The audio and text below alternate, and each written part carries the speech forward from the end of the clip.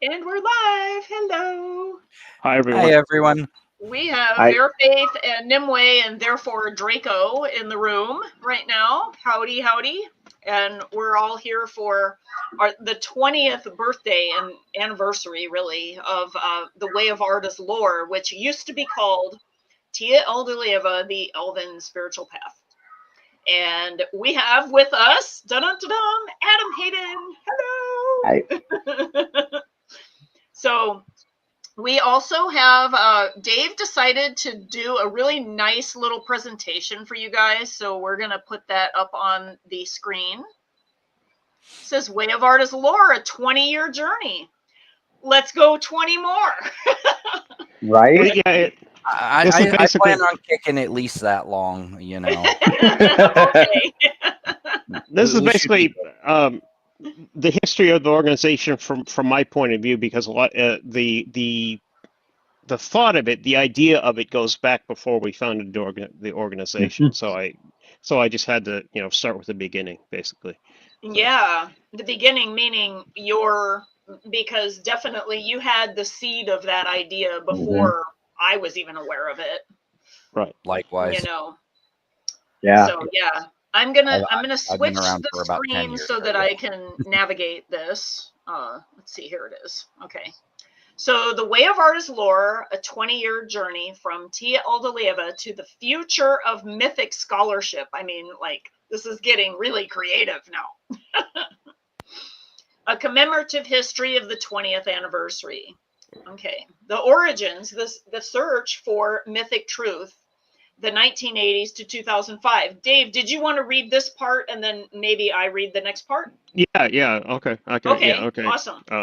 The search for mythic truth, 1980s to 2005. Actually, you might actually say late 1970s, but late I was 70s. Yeah, I was 12, 13, 14. You were already doing this. Yeah, I think so too.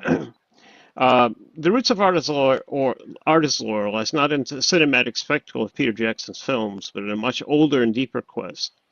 Dave Woosley, the organization's founder, had been engaged since the mid-1980s in what might be called a mythic archaeology, searching for others who viewed Tolkien's legendarium not primarily as fiction, but rather as mytho-history. And then I have a definition of mytho-history in footnote 1. This was no casual interest. Dave, having been captivated by Tolkien's work since age 8, recognized something in the professor's subcreation that transcended mere literature. As a visual thinker on the autism spectrum, Dave was particularly drawn to Tolkien's ability to paint pictures in my mind, the landscape and cosmic architecture rather than the lives of the humanoid characters who were, in his words, just part of the furniture, which I actually got from David Copperfield's. Oh, that's funny. The search for like-minded individuals proved challenging through the 1980s and 1990s. The internet was young, and communities centered around viewing Middle-earth as a genuine mythic environment were rare. Most existing Tolkien groups treated the works as elaborate fantasy rather than a meaningful mythology that could inform spiritual and cultural understanding. The turning point came around 2004, when Dave encountered an audio lecture by Bishop Stephen Haller of Gnosis.org entitled J.R. Tolkien's Gnosis for Our Day. This lecture made a profound impression and provided the impetus for what Dave later described as something for like-minded people one final time during what was a particularly chaotic period in his life. Significantly, this was not an attempt to catch the wave of popularity surrounding Peter Jackson's films. Dave was only peripherally aware of them and didn't care for the one he eventually saw. Rather, it emerged from a strong urge to bring something true into a world that had mostly forgotten that such qualities even existed. And then the founding of Tië eldaliéva here is the shortest section, but that's where Adam can come in. This is where Adam came in. Yeah. Yes. Yeah. So in February of 2005, Dave created the Yahoo group UTolk as a final attempt to find people who shared his perspective on Tolkien's work. So let's frame for a moment 2005 and the internet, I guess, culture and Yahoo groups, news groups, tribe.net, Witchvox, live journal, Witchvox. We had a listing on Witchvox. Goodness, it was such a different layout of the way that I mean, I think about it, and it's incredible. And there was a lot of like Tolkien, Elven, but kind of really not like spiritual groups. They were, I think that they were, some of them were like more like cosplay. Some of them were definitely like more like a like an elven overlay on like the masquerade game, the Vampire the Masquerade game, and just interesting odd cultures that all met around that time. And I mean, it was so shocking to me, like when I was just opening up to this, and here I thought, oh no, I'm so weird. I think Tolkien should be a mythology, or Tolkien should be a spiritual path. Oh my God, I'm so weird. And then literally was obliterated with weirdness of all kinds back then that I just never even thought of. Well, back on that original UTalk Yahoo group, I had people joining, were claiming they were half demon, half vampire, half whatever, all the halves, and I'm like, I don't even know what you're talking about. Yeah, well, we're having a resurgence of that again. Like, it seems like that this is a young people cycle that they go through or something nowadays. Apparently. Like, it didn't used to It's be retro like, now. Yeah. Yeah, it's very interesting, but well, and anyway. like I've said before we continue, it's not only a resurgence, it's been bottled down into a phase. And having worked specifically with the younger generation and interacted with them, there was very much trends where, like, I'm being 43 myself, I've always been into Gothic music. There's never been this idea that it was a phase. And yet, with the younger generation, they will go through their pop phase. They'll go through a country phase. Like, it's almost like they're ticking boxes, and they're like, oh, now I'm in my Tolkien phase, or I'm in my witch phase. And so it's like, they have these criteria where it's like, oh, I need to get some crystals, some tarot decks, and some candles because I'm going to go through a spell casting phase. And then they move on once they're done. And they're like, oh, yeah, I had that phase a couple years ago. So what you're saying is that they actually, what you're saying is then they actually frame it as a temporary, as a very time block. Yes, yeah. And okay. They'll stick with it. It's no like, oh, each phase is a year or each phase is 2. It's literally, they will stumble into it and they're being like, oh, I'm suddenly interested in tarot cards. I must be entering my witch phase. And then they'll get tarot cards, they'll get crystals, they'll start calling themselves witches and doing spells. And then 2 years later, or a year and a half later, or 6 months later, when it's no longer new and interesting and they're not getting much responses when they post it on TikTok and their Instagrams, then they'll move on to their emo phase and their goth phase. So kind of like a neurodivergent hyperfocus? Almost, yeah. And so it's just become a socially accepted thing, and it can last any length of time, and then they move on and, oh no, I'm no longer a witch, that was just a phase a couple years ago. See, that seems strange to me because I have neurodivergent hyperfocus, but it lasts from that point to until I kick forever. So, right? So, so yeah, but we can continue, but it's very much a phase thing now. Yeah. In May of that year, so 2005, and I remember the very day because I read the Silmarillion on May 1st, 2005. And I didn't find Dave until May 9th, 2005. And it was his birthday 2 days later. And he was weren't you in the process of moving or getting settled in and getting internet or something? Like there was something going on. I actually just moved into my studio apartment after my dad died, and I had just got at that time it was internet through the cable TV system, whatever the hell they called that. That's right. Back in the, yeah. Yeah. I remember that, like you getting situated, and how Dave and I got brought together was a gentleman named Martin Baker who runs alt-tolkien.com. Yep. It's still online. It's not really doing anything. It's like kind of sitting there archived with the URL. It's a dormant site, basically. It's a dormant site, but you know, it's still there, like for anybody that's kind of curious about that. But Martin actually hooked us up and said, hey, you know, like, I think you and Dave kind of have something that like you guys want to do, and it sounds similar. And I'm like, really? And gosh, we did not know that like 20 years later we would be live streaming on YouTube about it. I mean, like, that was like the furthest thing from my mind at the time. But things happen, you know, growth happens, you know, and then culture and technology happens, and, you know, lots of different things. So it's very interesting. So I'll keep reading about that. In May, he met Calantirniel, which is Lisa Allen, that's me, who would become the co-founder. Meeting was serendipitous, two serious seekers who recognized each other in a shared understanding that Tolkien's legendarium contained something more than entertainment. And on August 23rd, 2005, the three of us, meaning Dave, myself, and Adam, we jointly founded Tië eldaliéva. We did it through Skype, of all things. And I even remember the time of day, and, you know, Adam being on the Pacific coast, you know, Dave was in Eastern time. I was in Montana at the time. I think it was evening for me, as I remember. It was evening. It was 5:30 for you. It was 3:30 for me. It was 2:30 for Adam. Yep. That I remember. And so, yeah, so our organization is a Virgo organization. Isn't that interesting? Right.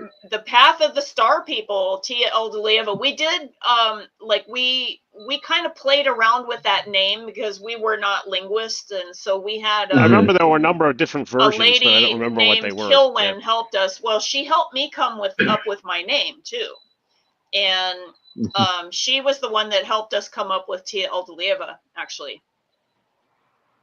So we were playing, and I don't remember what they were. I mean, maybe Adam remembers. Do you remember? I have no clue. That was so long ago in a completely different life.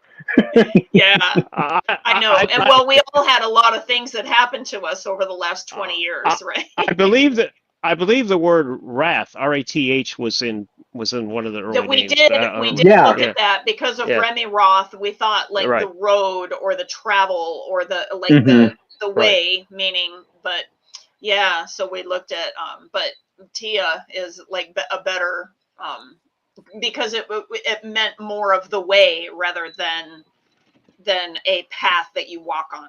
So yeah, it worked out better. So although nowadays we have something even better, right? But we're jumping ahead. We'll let you guys all figure that out. So marking the true beginning of what would become a 20-year journey of exploration and community building, and let it be 20 years more. Okay. Exactly. Early development and community growth. Do you want to read this, Dave, or do you want me to? Yeah, I'll read it. Okay. The early days of Tië eldaliéva revealed both the hunger for and the challenges of building a community around mythic interpretation of Tolkien's work. The group initially attracted a diverse array of seekers, including many other kin who seemed to compete over their various supernatural identities. I'm half wood elf, half vampire, half demon, half high elf, half, because they kept adding an arbitrary number of halves.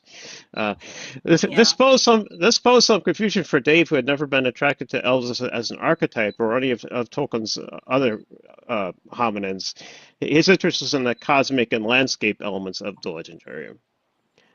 Another significant difference emerged in the approach. Many newcomers wanted to use Tolkien's mythos as a minor element in various forms of neo-paganism that seemed to shift weekly. Dave, being fundamentally observationally and scientifically based, insisted that anything worth studying must be considered for its own sake, and that any remarkable insights must arise from the thing's own merits.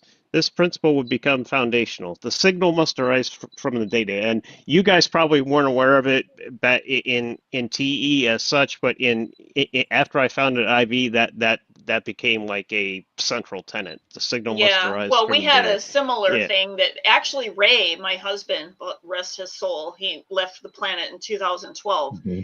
He would say, "What would the elves do?"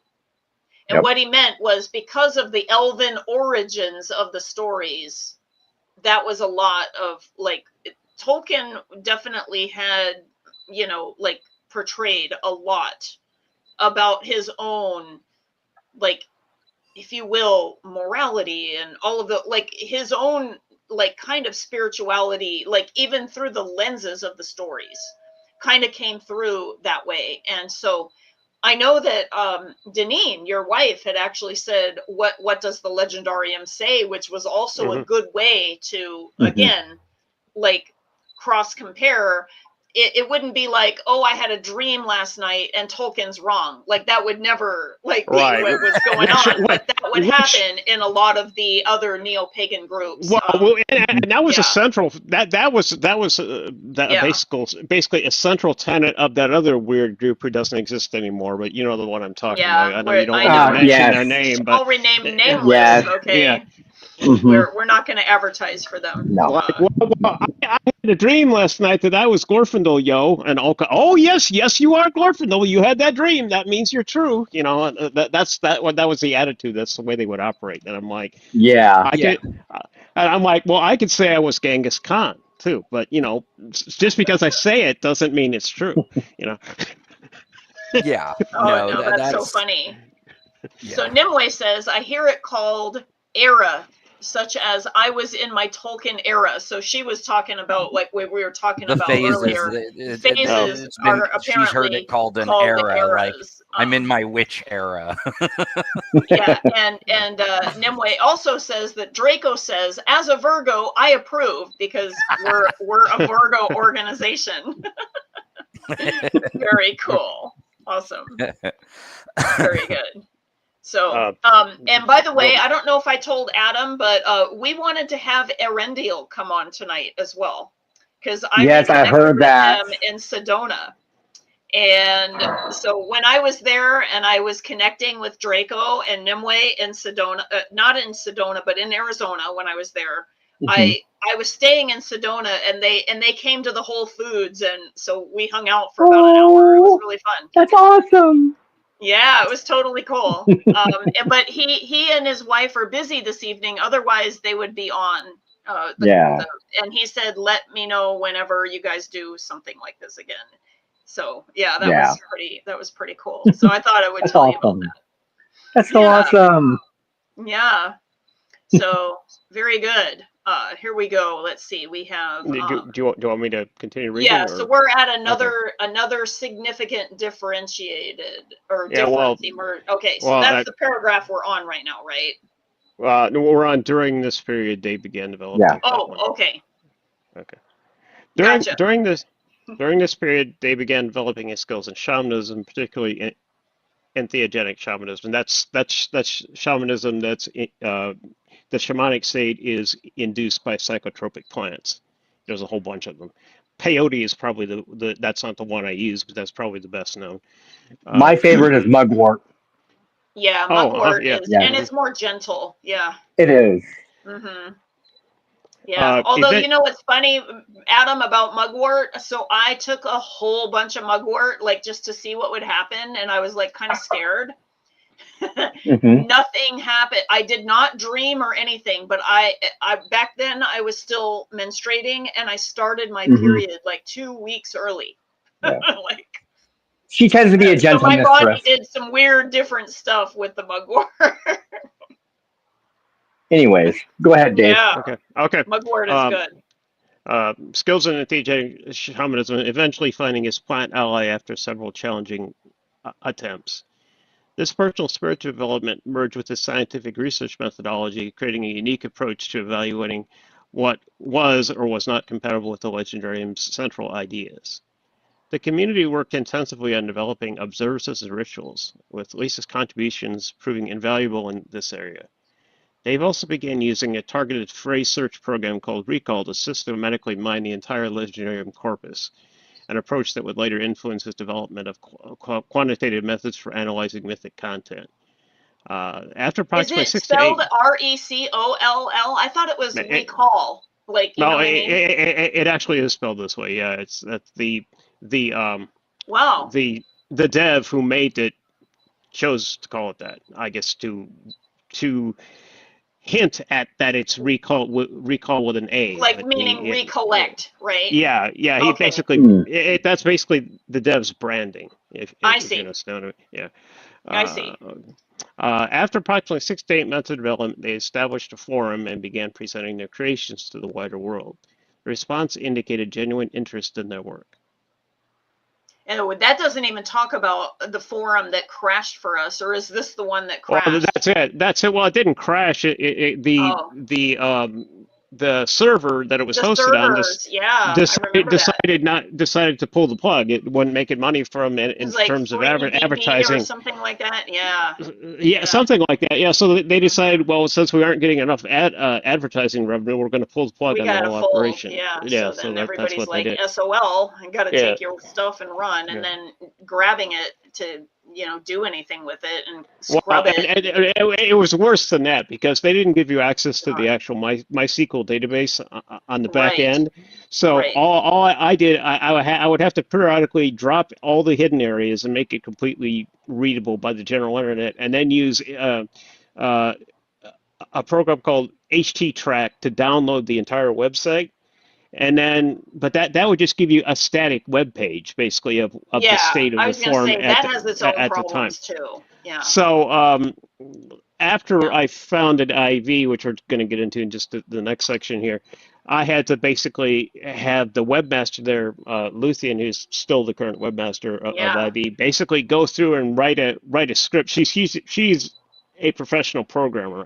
I'm not. I just do interface customization to make the GUI look the way I want it to look. That's not the same as being a professional programmer. So Luthien actually did our art too, like our star, like a Septuquitra that we have like right now that we're using as her artwork. So and we'll get to the art later, definitely.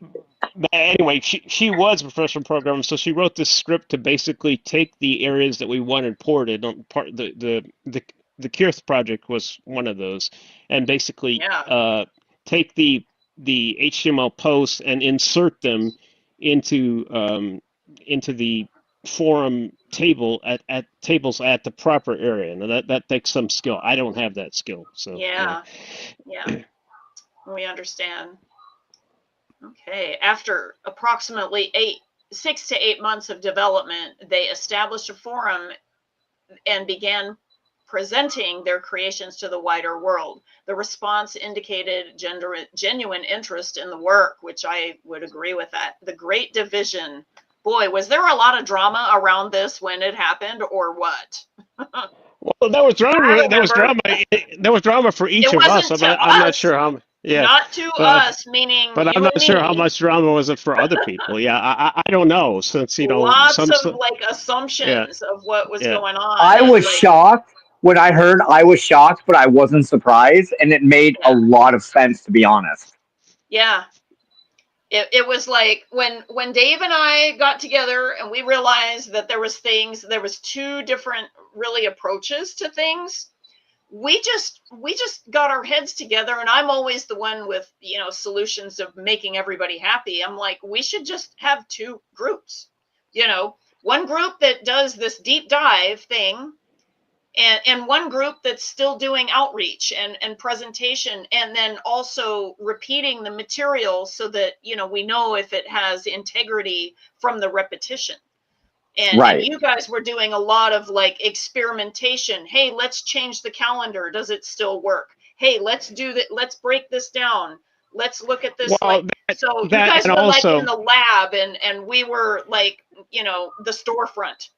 Well, And also, I was never elven oriented in any sense. I mean, to me, they were just people in the story. They weren't anything special. They were no different than the hobbits, from my point of view. Yeah, and even with my elven resonance, that wasn't never the reason that I thought that we named it the Elven Path. Like, I thought it was because the elves actually were the ones in the stories to come up with the origin stories. So that that's how I view it. That was my reason for calling it the Elven Path, but I didn't realize. Well, anyway, we're jumping ahead. Anyway, I suppose. But the thing is, see, I wasn't aware of that either. But if it would have stayed that way, that would have been fine. The problem is all these other people coming in from outside. I was going to say, even if it did stay that way, the influence was already like it was not going to happen. I mean, they were strapping on their pointed elven ears like maybe some of the S&M people strap on dildos, and it just, right. I mean, you're not wrong. I was gonna say a lot of those people. Hey, it's like, it's like, I guess it's like, it became too much for me. It did. It became way too much for me. And so I'm like, I was doing my own thing anyway. So it's like, I love you guys, I know you but were, yeah, for sure. And I know that for a time, Adam, you were even completely out of commission for a little while. Yes. But yeah, like you're totally right. And by the way, those kinds of cultures are still happening. Like they're the fairy elven, like meaning I know everything, even on TikTok. Kind of elven. Like they're still like, do these ears make my what look big or whatever? Right. It's like I'm more elven than you are. And by the way, nothing wrong with dressing like an elf. I've done it. Okay. I've done it. I put the wire things. I don't want my actual ears being covered in latex. It don't feel good. Never want that. Yeah. But I just did the wire ones, and it was like more like for me, like how earrings work, right? It's well, so some people even go in for surgery. And by the way, they're right. I'm cool with it if they want to. Listen, though, if I'm going in for enhancement surgery, I'm going to enhance something else. I'm just saying. Amen, brother. Amen. Oh my God, Dave. Oh, Dave. Can't take you anywhere. Probably any of us. Okay. Yeah, you can't take me anywhere. I was out socially recently, and someone was asking me something, and I responded, and they just looked at me shocked, and I was like, dude, you've known me for 8 years. Like this shouldn't. Right. Like, what is the problem here? Right. How funny. So anyway, but yes. All of us are definitely individual thinkers, and we cannot be influenced by other people easily. No. Or else we would not have been together for 20 years, and even though Adam is doing his thing because of just choices, he still gets the importance of Tolkien, even in his hereditary path, even in his studies with Robin Artisson, even with his studies with Christopher Penczak and the Welsh traditions and all of those things. Like he even still knows the importance, or else he probably would have never found us and stuck around even long enough to do the damn ritual to bring us about, right? True. So true. Yeah. Yes. Yeah. How do you, we are interested in seeing how you folded Tolkien into your current practice. We'd like to hear about that, but we'll go back to your story. Dave, do you want to read now, or do you want me to? I can read the Great Division one. And okay. Then, okay. And the one after that, the Wilderness Years, you would be more appropriate to read that, Lisa, because Probably, some of the stuff I don't know because I was with IV at the time, and so I didn't really know what was going on in Tië unless you told me. Unless I told you, no, it's probably better. So you're right. Okay, Go for it. The Great Division, 2007. By late 2007, despite continued refinements and discoveries, fundamental differences in vision had emerged. Dave never fully adapted to the intense elven identification of many members, something he simply didn't share. Moreover, significant life changes, his marriage and the impending arrival of his first child, brought about what he described as a certain alteration in worldview all its own. Lisa and Dave decided to form two separate valid organizations. Lisa retained the structure and name of Tië eldaliéva, maintaining its focus on elven spirituality and community, whereas Dave formed Ilsalunte Valion, Silver Ship of the Valar, with more Valar, Gnostic, and shamanic focus. This division was not acrimonious, but rather represented a natural evolution, allowing each approach to develop according to its own internal logic and its community's needs. Right. But there was I just wanted to point out in the video that there was like a lot of drama when we decided to split the group, because they were like, oh no, Dave and Lisa are fighting. And it was like, no, we're not.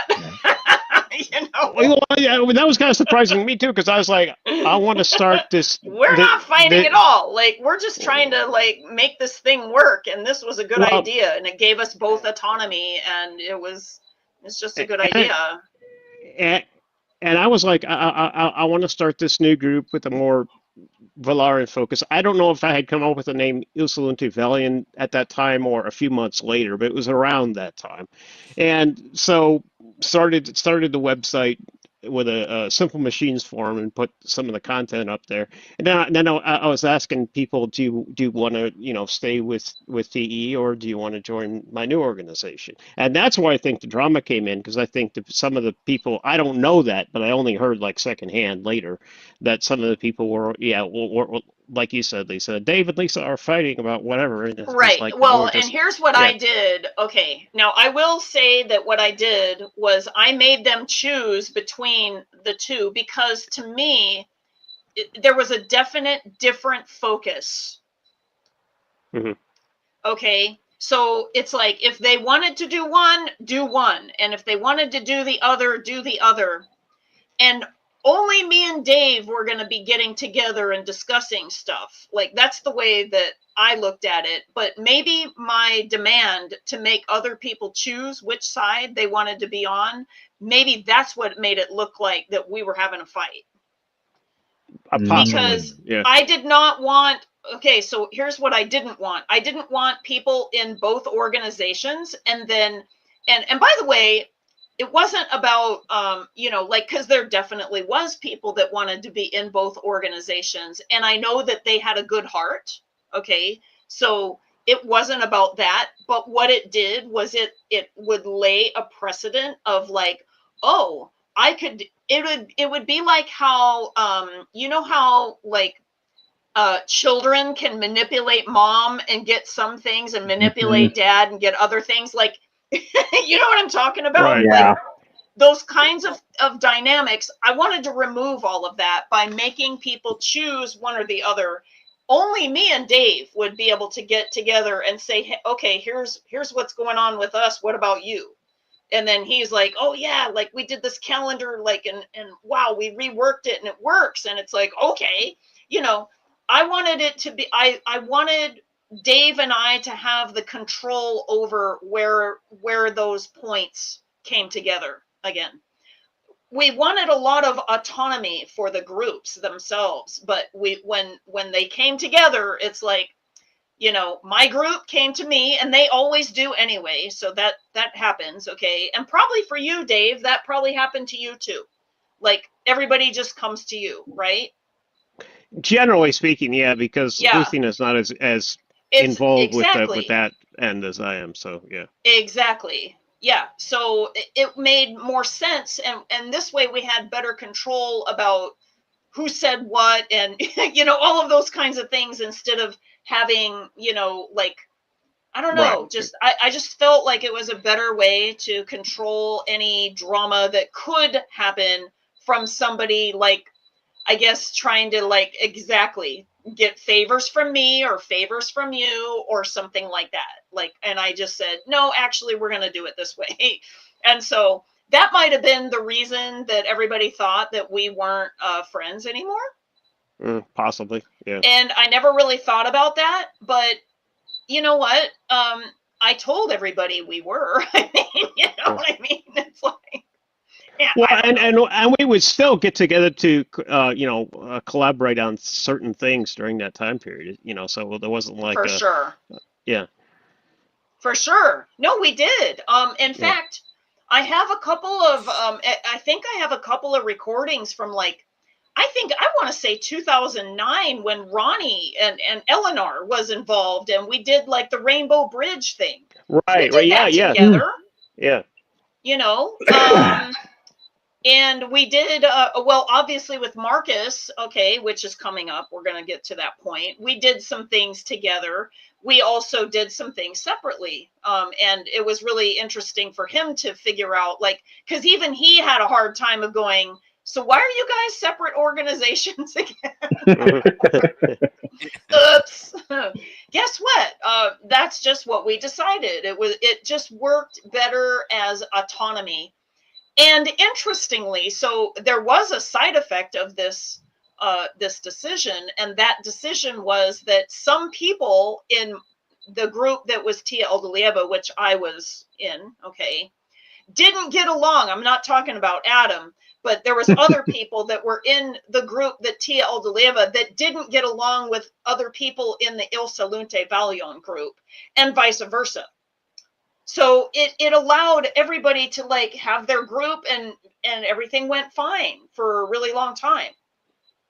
So that also was a reason that like two groups actually worked and gave a lot of autonomy. And then when we needed something, how many times, Dave, when we were getting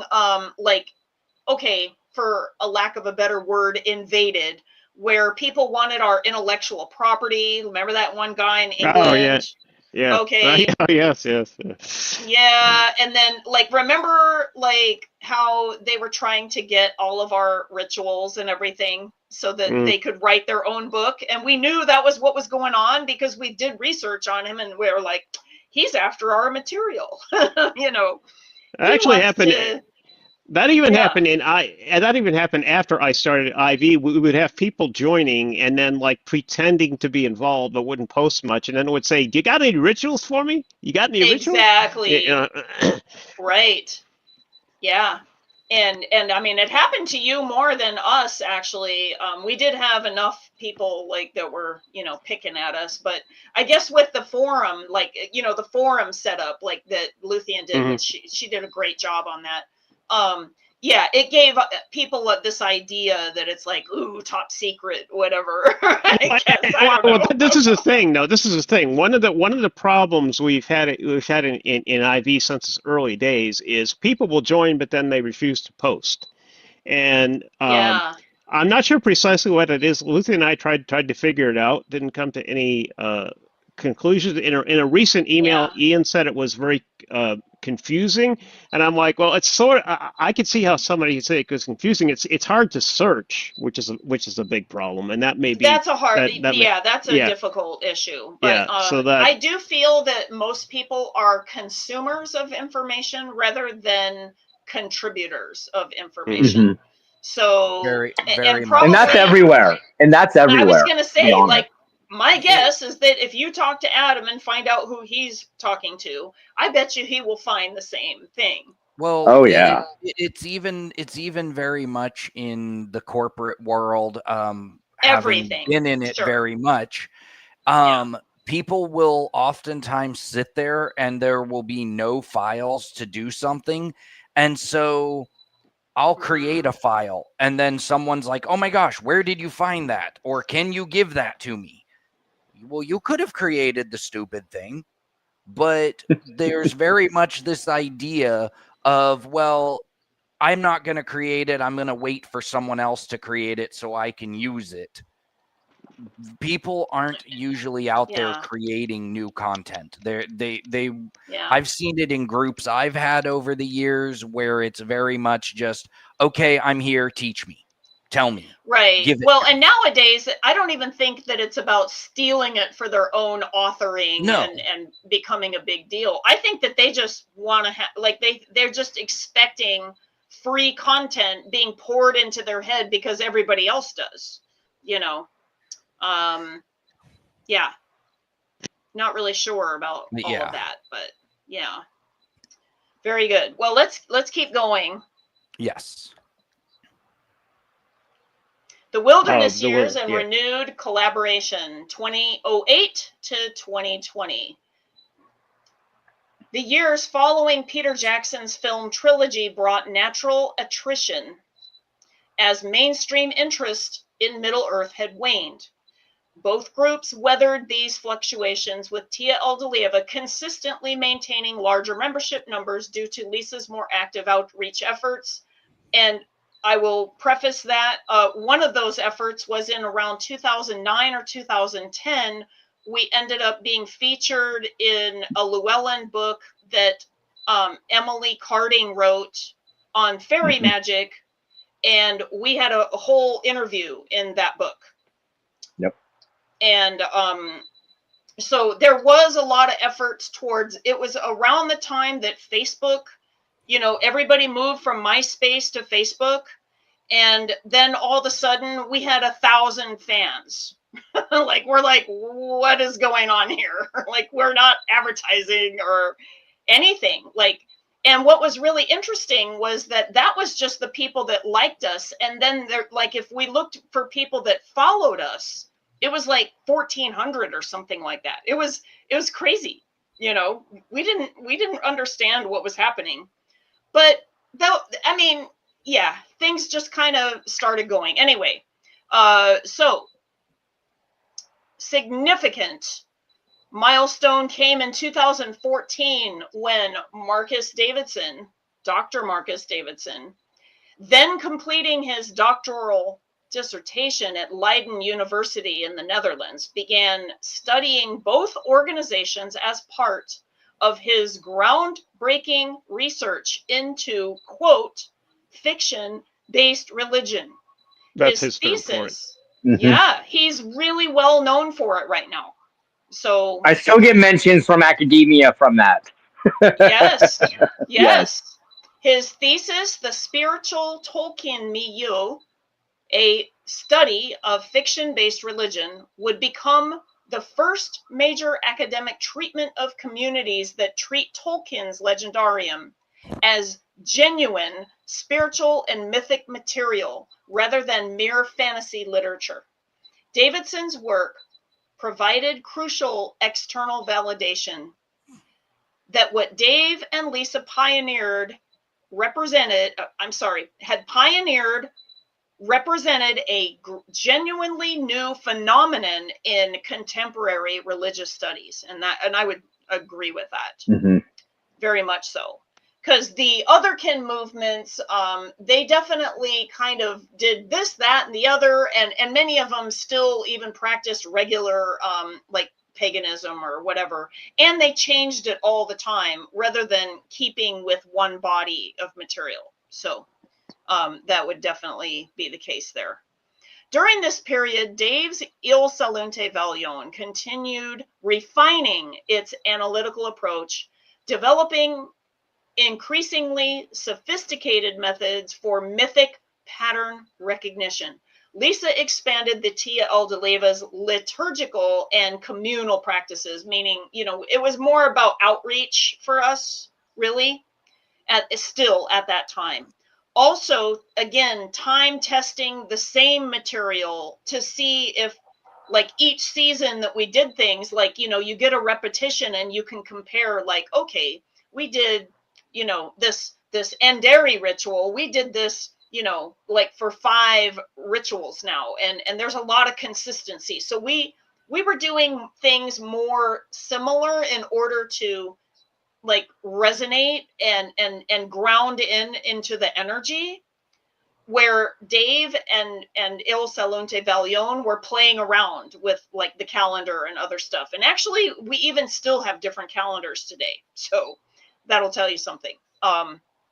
And by the way, they're both valid. Okay. So, you know, if we get to that place, you know, we want to make sure that we're going to say that we do not have the, you know, some crazy authority on, you know, the proper calendar, unless I think Tolkien said something and we contradicted it. Then I will listen.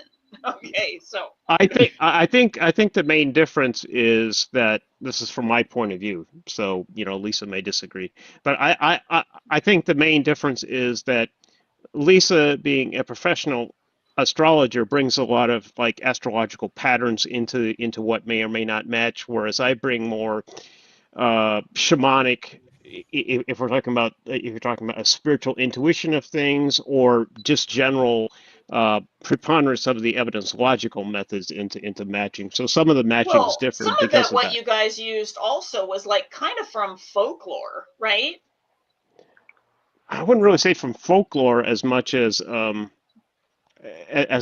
feeling of correctness, and that again goes into the shamanic aspect. What feels like it fits better with this. I thought that some of it was based on folklore. Like for instance, like you guys put Tulkas as at Christmas time, right? Like no, that wasn't folklore. That was an actual you want to know what caused that? That was an actual. It came out of a ritual between Dynion and I and Ronnie Davis Eleanor, right? Ronnie? Eleanor. Yeah, we were the only ones in that ritual, so nobody else. I see. Present was aware of it. Tulkas showed up as when he first manifested. He showed up as very much like a Father Christmas type of figure, and then he shifted form into the form as he's described within the Legendarium. That's really cool. I never knew that, Dave. I thought it was like because like you guys were thinking, oh, Tulkas, oh, Father Christmas. It feels like there's resonance. No, it actually came out of a ritual vision, basically. Wow, so, I had no idea. Okay, and by the way, in the Tië eldaliéva, or now Way of Arda's Lore, we put the sun at summer solstice, and for winter solstice, we did the opposite and put the moon there. And we also align the moon there because the moon resonates with memory, and that is even in esoteric arts, like you look anywhere, okay? It is a holder of memory because of the water content of the moon and then the fire content of the sun. So we know that at that time of the year, there was a lot of stories told so that people would remember. So we thought it was a really good marker for that. And plus it was opposing the sun for the height of the sun. And so that, anyway, my point is both calendars work. They work great. And so, anyway, we will keep going. During this period, Dave's Ilsalunte Valion refining. We read that part. Okay, crucial institutional development came as Tië eldaliéva began pursuing formal recognition as a spiritual nonprofit. Okay, so what had happened was we were connecting with, at that time, a really famous kind of like for her niche YouTuber, and it felt like a really good pairing, and it was for about a year, and you know what, I'm gonna thank her for making me get off my butt and going on the internet and speaking to you guys and showing my face, and it really, she helped me do that, so I'm really grateful for that. It got me like to not be lazy anymore. Okay. But it wasn't a match. So, even after all of it, but in the process of all of this, we gained Dakyndre Helgesson, who is our president now and probably will be for some time. And he was also like out of all of our founders. So we had lots of founders that like had given their monies. The funds were collected in the autumn of 2019. And Dakyndre said, how much, like he was like contacting me. He's like, how much is needed before the $600? And we're like, oh, like we need like, 100 and like, I don't know, $20 more, something like that. He goes, here you go. We're like, oh, okay. So he was like the largest contributor toward us becoming a nonprofit spiritual organization. We sent in the documents and we got our IRS EIN number on May 1st, 2020. Okay, so that was a really big deal for us back then, because we were probably the first kind of organization like we are in order to get such a status. We still, from everything I've heard in the contacts and the outreach that I do, we still are the first and only. So maybe the only legally registered. Yeah, we are the only legally registered like Tolkien spiritual organization in the world. Wow, that's so cool. So that's yeah, really cool. And at that time, like Lisa says, at that time I was not president. I was not on the board. No, not at all. I had discovered we were just meeting you. I mean, you had been following us for a while, but we didn't really know. I'd been following Tië since like 2015. Like 2015 or 2016, yeah. Like 2015, 2016. But I hadn't interacted a whole lot until right around 2017, like 2018. Yeah. And then I started showing up in like chats and some other stuff, but I still was off doing my own thing for most of that. Well, and also, I don't even believe that we combined with Kimber-El. Like, we talked about it in 2018, but we didn't do it till 2019. So that would have been, it makes sense that you wouldn't really have been in contact with us until right, 2019. Because, exactly, because at like, that hey, time, Lisa, like, I'm Dakyndre. Right. You know? And at that time, that was because I was primarily following Kimber-El at that time. So I that is how I encountered this group, was through following Kimber-El. And we're so grateful. Like, I mean, you know, sometimes there's, you know, things happen and it happens for a reason. And I'm always going to be grateful for that. So Dakyndre joined our community, and like eventually, like when we had a lot of changes within our board after that, some of them unfortunate, and Kimber-El had left, and another board member that we had, who was a longtime board member, had to be removed, and that was a sad story. So, but we wanted to make sure that Dakyndre didn't have any of the, if you will, all of the decisions that, you know, Dave and me and Dynion had to make. We wanted it to be like, okay, like we want Dakyndre to have a really clean slate. We don't want it to be like where he looks like he's involved in like getting rid of this person or something, you know, because it had nothing to do with Dakyndre at all. It was everything to do with her own behavior prior to. And I wasn't even trying. You weren't trying at all. I wasn't trying to be on the board. It wasn't like, no, it's we not asked like you. I was gonna say you contacted me one day, and so it wasn't like I was. It wasn't like I was petitioning or putting my name in the ring and being like, "Ooh, you removed 2 board members. I'd love that position." I was like, "Oh well, the changes are happening," and then out of the blue, you were like, "Hey, we would like you to be a board member." And I was like, Exactly. So it kind of just happened. Yep, exactly. Okay, so I'm here it is. I was trying to find the. Okay, same as Dakyndre for me. It says Nimue. Okay, I found them. Then Tië. Okay, meaning we were called Tië eldaliéva at the time that she found us, because of Kimber-El, or rather Lisa found me. I am so glad that she did. And then I became an official member in July 2020. Yeah. So it's we're very happy about that. And you've already gone for the rest of this section here, because you are. If you read it, it'll go over what you just said, but you can read it if you want. But when you're through, I want to know, because I have a little juicy details to tell about the whole Kimber-El thing. So. Ooh. Okay. Cheese May. Yeah. Right. No, not in that direction. But okay. in the sense of she was very into like star elves and all this sorts of thing, which to me, see, I don't come out of a was the thing that was very different about her channel, was that she mixed around a lot of her influences, and one of them being like channeling Palladians and other things. Yeah, nothing wrong with that, but it watered down the Tolkien aspect. Right, and see, I don't come out of a neo-pagan or a Christian background. I come out of a hard atheist background. So like atheist loud and proud, yo. So not to the degree of Richard Dawkins, because he's an asswipe, but nevertheless. I was gonna say there's atheists that actually get it. I mean, right. Well, but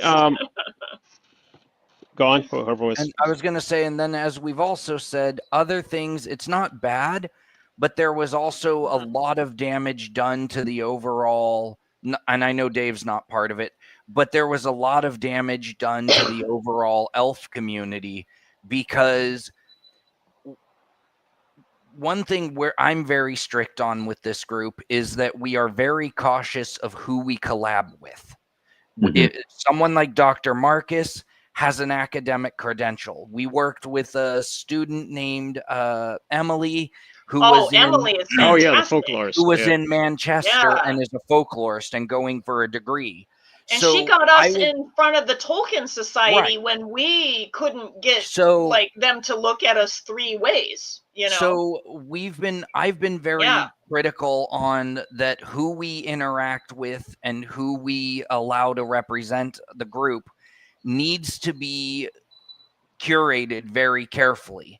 One place, and it's nothing against Kimberell, she meant well, but one place that I would never go, ever, is if Piers Morgan contacted me and went, "Hey Dak, you're with Way of Arda's Lore. You want to come on our show?" Absolutely not. Take a hike. Yeah, and actually, we might want to add some precursory cuss words in front of that before we tell them no. I'm going to be I'm going to be a lot less professional, because no good can come out of being on that show. Ever. Just as there are a ton of other shows. The English Jerry Springer show would be that. Yeah, essentially that's what it was. Yeah. That's what. So there was a lot. It wasn't just our group. I was in groups I've since left or they've since dissolved, but there were tons of Elven groups on Facebook that were furious at her, like absolutely livid, because she went on to Piers Morgan, and instead of making it look like a bunch of rational business individuals, academic, we came out looking like a bunch of tree-hugging Fruit Loops.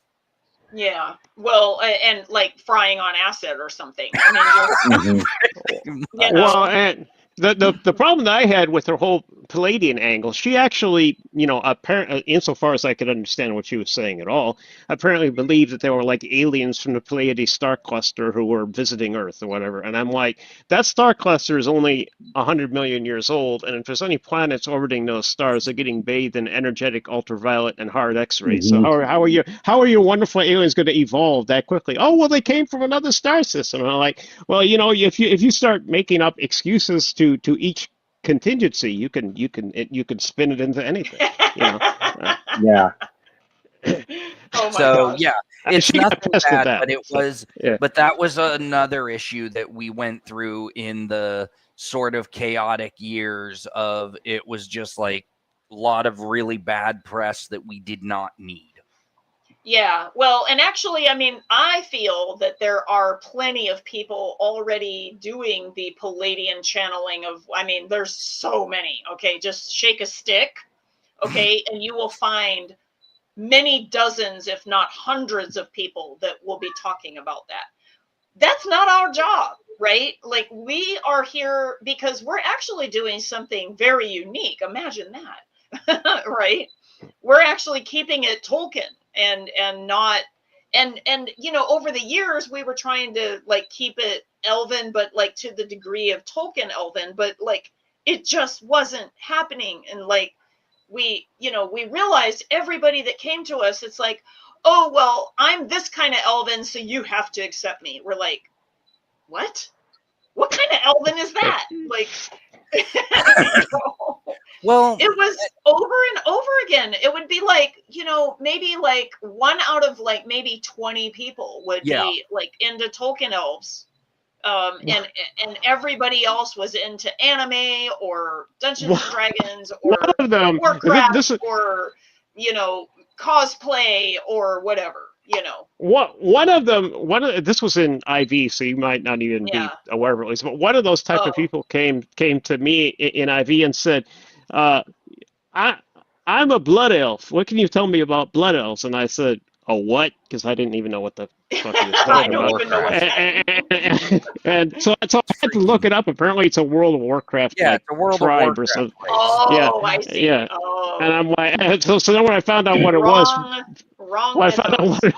I found out what it was from Wikipedia. I'm like, I'm sorry, we're not the community you're looking for. Go elsewhere for your blood elves, Right. Yeah, I mean it's just incredible. And by the way, like I'm sure that like some of them are actually just looking for other gaming groups to belong to because they like to play the games. Some of them though, kind of maybe cross reality boundaries. Well, I mean just I don't know what to say. Before we go too far, some of the other kin groups that I've been in, they do cross the boundaries of realities because, and I've told this one in private, but to you and Dave, but it's a really big issue that I've had over the years with a lot of these communities is if you are going to say, what I've found over the years is the people that can do that have the abilities to do things are not typically the ones that are out broadcasting. Like I have a friend of mine who I've known for probably 15 years now, maybe 20, but at least 15. He is one of the best channelers of information that I know. And the reason I know it is because I have seen him channel things and relay them to me about things he could not possibly have known because he wasn't there. No one else was. It wasn't posted on social media. And when we are hanging out, he's like, oh, hey, so your recent thing really gave you some clarity on something. And I'm like, the first time he did it, I was like, what? And it was the fact that he did this. So the people that can do things, a lot of them aren't going to broadcast they can. And one of the issues I've had with a lot of the other kin community is pompous claims of, well, my dad is the ninth demon of hell, so I have insane ability. And I had this kid one time, this was probably 2007, 2008, who made this claim to impress everyone in the group. And I was like, BS. It wasn't even our group here. It was a different group. And I was like, BS, dude, no way. And he's like, oh, you need proof? And I was like, yeah, sure. And he's like, all right, I'm appearing to you in my full demonic form, and I'm 3 feet in front of you. And I'm like, well, I hope your full-on demonic form has wings because you're two stories off the ground. 3 feet in front of me is outside of my bedroom window on the second story of my house. And so he's like, well, fine. I'm 6 feet behind you. What now? I'm like, great. 6 feet behind me is my closet. The door's closed. Can you tell me if my work shirt's tomorrow? Can't even remote view. Come on, dude. I can't even remote view. Exactly. Like if you need, so that was the problem I've had over the years is we get these people and it's just like some of them, they mean well and I wish them well, but it's like, okay, you are so far detached from reality, it isn't funny. Yeah. Wow. So yeah, unfortunately, like you said, Lisa, some of it is they need validation so bad that they will operate in a world that doesn't exist. Yeah. Yeah. And they think that, I guess because the fact that you're talking about spirituality, it kind of gives them an excuse because then they don't have to prove it. You know what I mean? Yeah. Like, I mean, in their eyes, like it's invisible. So who's going to know? Well, anybody that's energetic is going to know. Well, or like Dave said, I've seen a ton of people where it's like, okay, so I've been doing more studies and I'm half unicorn, I'm half dragon, I'm half leprechaun, I'm, 75% water nymph, and I'm, 40% dryad. And you're like, okay, to put this in basic math, you just put 300 and something percent. Right. Go take a 5-gallon bucket and try to put it into a 4-cup container. It isn't going to work. That's what always amused me. Yeah, about that. So yeah, but anyway. Yeah, it's what it is, but man. Yeah. Okay, I took down the document because I thought like we should give visual cue if we're going to be reading the document, and since we weren't, I thought I'd lower it. But I'm going to put it back now. So okay. So we were at a crucial. We were at the part where we became a nonprofit. Okay, so in 2020, circumstances brought the founders back together. Lisa invited Dave back as a technical advisor when a YouTube influencer sparked our sudden interest and equally sudden complications. The influencer's desire to blend non-Tolkien elements into the lore, and part of that was political, which that was the part that I really had problems with. Into the lore proved incompatible with their commitment to textual authenticity. Though that collaboration had dissolved, Dave and Lisa had relearned how to work together effectively. And by mid-2020, when we already had our nonprofit, okay, we already had our EIN, Lisa began producing Tië eldaliéva videos herself, seeding the multimedia presence that would define the organization's next phase. Ta-da! Here we are. and we did like our, I know Lindalay videos, like all of the things. So yep, I mean, I'll give her credit for that. Yes. So, Dave, did you want to read from The Great Transformation, or did you want me to continue? I thought you might read that, and then I can continue. Or I can read something if you'd like. Okay. Do you want to? Sure. I can. Okay, great. I'll let you read The Great Transformation, Becoming Way of Arda's Lore, and maybe this is actually poetic. Okay. That Dakyndre's reading it because Dakyndre is the one that came up with Way of Arda's Lore, because it almost, from me, was Way of Tolkien's lore, and me and Dave were like going, oh man, how can we use this and then like go all contrary and like get the ACLU to like defend us to use our Lisa, I remember when you came. I remember when you came to me, Lisa, and you were like going, yeah, we're gonna do it. We have all the support, and like Dave and I were like ready to go. Freaking like we were born in the mid-60s, we're going punk rock all the way. I was going to say, no, Tolkien's name is not copyrighted, like, yo. Wait, Way of Arda's Lore. We're like, oh wait, that's a lot better. Okay, I guess we're not going to be punk rockers anymore. So, The Great Transformation, Becoming Way of Arda's Lore, June of 2024. In June 2024, after nearly 20 years as Tië eldaliéva, the organization underwent its most significant transformation, becoming Way of Arda's Lore, WAL for short. This change represented not merely a rebranding, but a fundamental evolution in scope and purpose. The impetus for this transformation arose from several converging factors. Some patrons had expressed concerns that the organization was moving away from honoring Tolkien's elves, but this misunderstood the deeper issue at hand. The real challenge was that the name Tië eldaliéva, Path of the Star People, had become misleading in the modern context. Over the decades since 2005, the meaning of Elven had evolved significantly.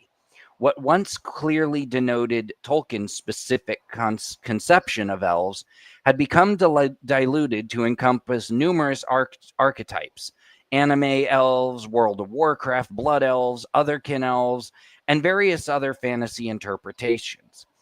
The organization found itself constantly having to clarify that they were specifically focused on Tolkien's legendarium, not these other manifestations. As Dave explained in the announcement video, his own entry point to Tolkien's work illustrates why the change was necessary. His attraction was never to elves as characters, but rather to Tolkien's ability to paint pictures in my mind of the natural world, stars, streams, trees, and landscapes. For him, the elves were simply part of the furniture, while his true connection was to the cosmic and environmental elements of the sub-creation. The restrictive focus on elven spirituality was inadvertently excluding people who might resonate deeply with aspects of Tolkien's world.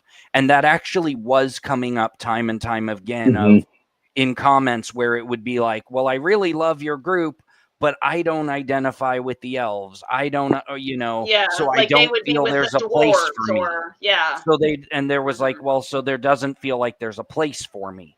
And so that we started conversating, and it was like, look, besides changing because the times have changed, we should change to something that is much broader and allows people to find their niche and realize that there is a place for them in it.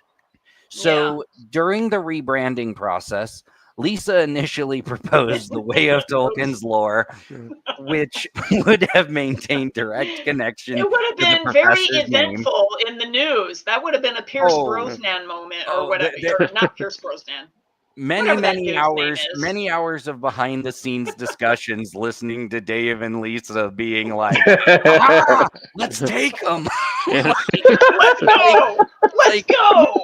Yeah, because I was like, "Fuck it, yo! Tolkien's name is not copyrighted. It's a server." Well, not for religious purposes. That was the whole angle. Is that we were going after the ACLU and also other religious organizations that would defend our right to be a Tolkien-based path. And then you, like, as Dave said, he has his whole tiger theory, and you could very much hear Richard Parker many times be like, yo, I'll take on the Tolkien estate. Bring it on. You Tolkien estate? Everybody else seemed to be cowering in fear of the Tolkien estate, and they'd run and hide in a closet. None of them were founding a religion, though. Yeah. So that would have been really funny.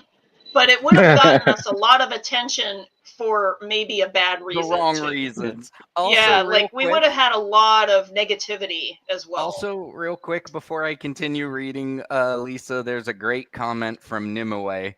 I know, I saw that. Oh, I'm going to go highlight it. Hang on. Yes, please. I'll read it real quick, too, yeah. I love it. Draco's comment is awesome. On Draco. At the very Not that one. Hang on. The bottom one, yeah. Elves are part of the furniture. Swedish elves. Oh no, IKEA elves. Freaking Draco. I got you an elven table right here. You want an elven bedroom set? Yeah, sure. I'll make it up. I'll get the order to IKEA. Stop producing, damn it. Hey, forget about it. It would be like, I mean, did some of the Santa elves get away and then like become brownies inside of IKEA furniture? Yeah, I bought the Lothlorien model. Now I just have to assemble it. But anyway. That's so awesome. Oh, that's great. Oh, freaking Draco. That's great, Draco. I love it. However, awesome. Recognizing that this might generate controversy or legal complications, the leadership team sought alternatives. It was Dakyndre Helgesson who suggested... Dakyndre, do you realize you saved our ass? We were in the middle of a meeting and I was just like, yo, why don't we call it this? Because it was like our 5th meeting on taking on these industries. And I was just like, I am not interested. Dave and I, we were born in the mid-'60s. We can't help it, okay? Punk rock is in our blood. And, if we would have had an actual interview about it and people started, like, casting shade, I would switch into Richard Parker mode and say, you want to fight me, motherfucker? Let's go.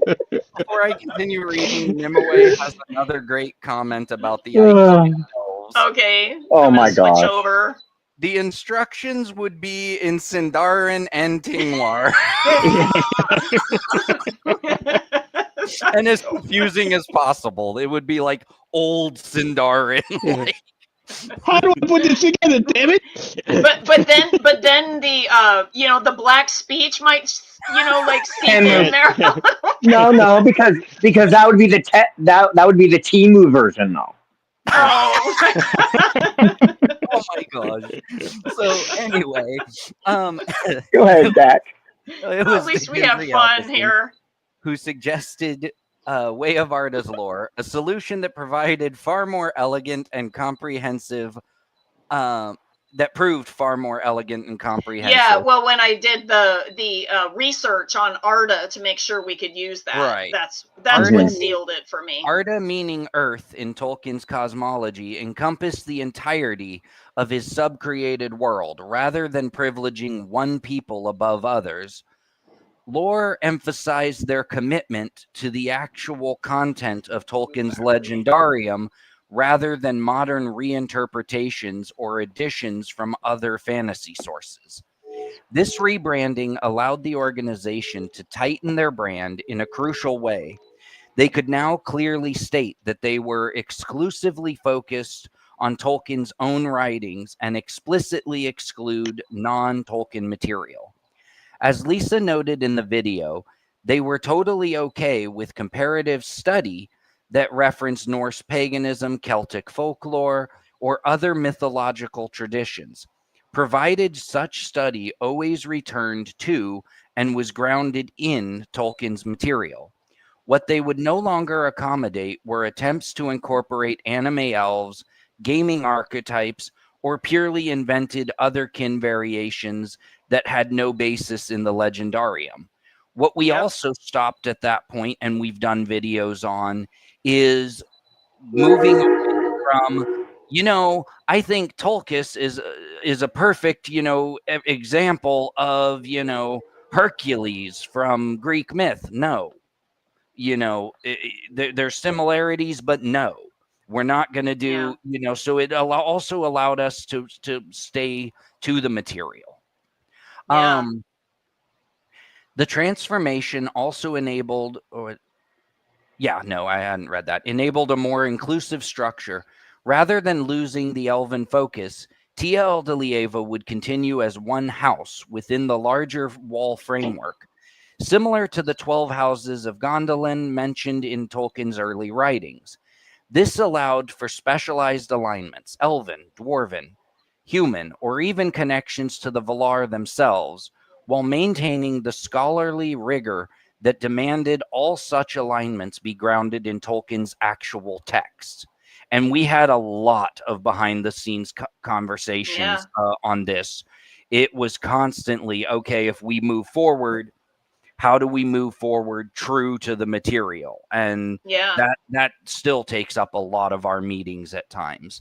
The timing of this change coincided with other organizational developments, including the implementation of their clergy training program and a comprehensive revision of their bylaws to make them cult-proof. Let me tell you, as the person who did that, when Lisa first asked me on to the council, she was like, I was like, hey, since I'm here, can I read the bylaws? And she sent me the bylaws, and I was like, these things are a nightmare. These things are not cult-proof. There's things in here where two people or one person could take over the organization because Manwë came to them in a dream after having too much pizza and told them that they were supposed to run the organization. Like, it was terrifying. And so I was like, I think one of my first projects as the board was I spent about 6 months tearing apart the entire document and rebuilding it from more or less ground up, and then giving it to Dave and Lisa and being like, hey, we still had to refine some places like that, like to make it be like, okay, what do we want it to say? Right. You know what I mean? So we had to be involved in that. Right. And prevent future manipulation by individuals with personal agendas.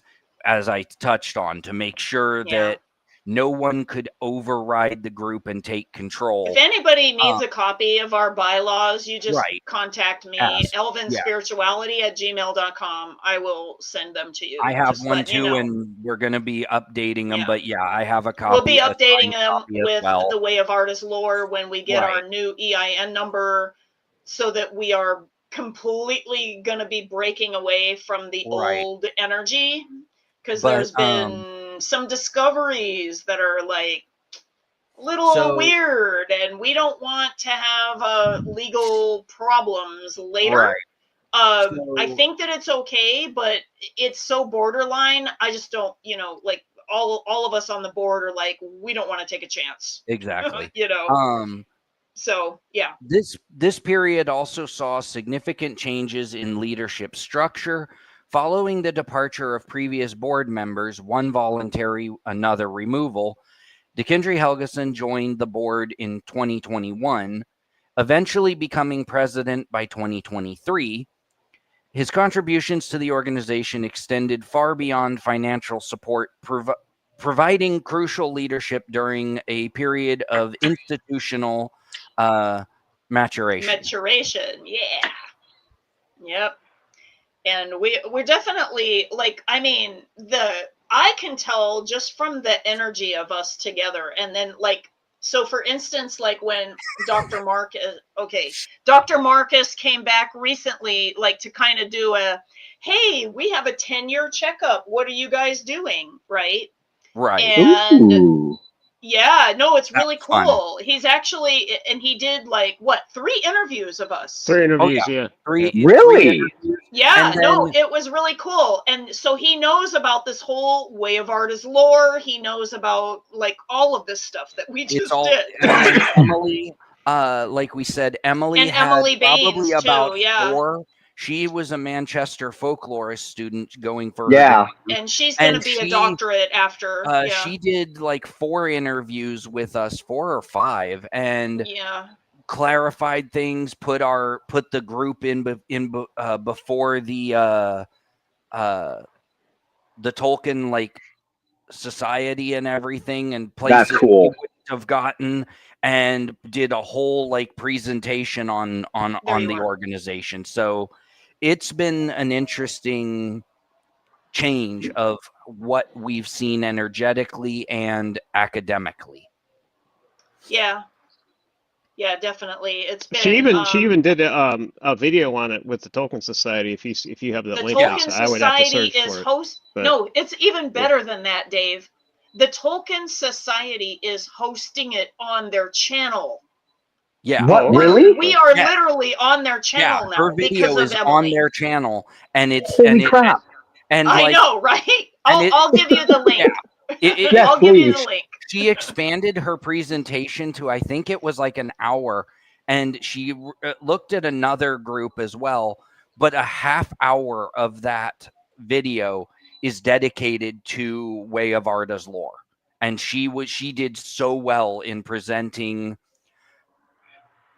just a deep, and she kept coming back and being like, hey, I have extra questions. I want to make sure I present this in a way that, is positive and profound. I saw that too. I saw it, yeah. Started on Way Pizza Tree. We forgot to highlight that, sorry. Oh. But yeah. So yeah, no, and it's because and how we did spirituality with Tolkien, and how, for instance, it like contrasted really greatly with the Catholic Church. Mm-hmm. You're kind of breaking up a little, but yeah, I can hear it too. She seems to be frozen. Must be a internet packet thing. problem. Yeah. Mm-hmm. It might be my internet, huh? Yeah, because we could hear each other. We could see you. Now we can see you. Yeah. Sorry about Yeah, it's starting to, and of course it's me that's hosting it. But anyway. But Adam, I'll get you that link so you can check it out. It's a really good presentation. Yeah. It's really good. So who wants to read the current? I'm going to flip back over. Okay. We're on the current area and future vision. Yeah. And if you read that, then I could read Mythic first, because that's the organization. That's your part. So, okay. The current era and future vision, which is 2024 to present, which is 2025, and it's going to be 2026 soon enough. Yep. Today, Way of Arda's lore embodies the maturation of 2 decades of exploration and community building. The organization has evolved from its initial focus on elven spirituality to encompass a broader mission of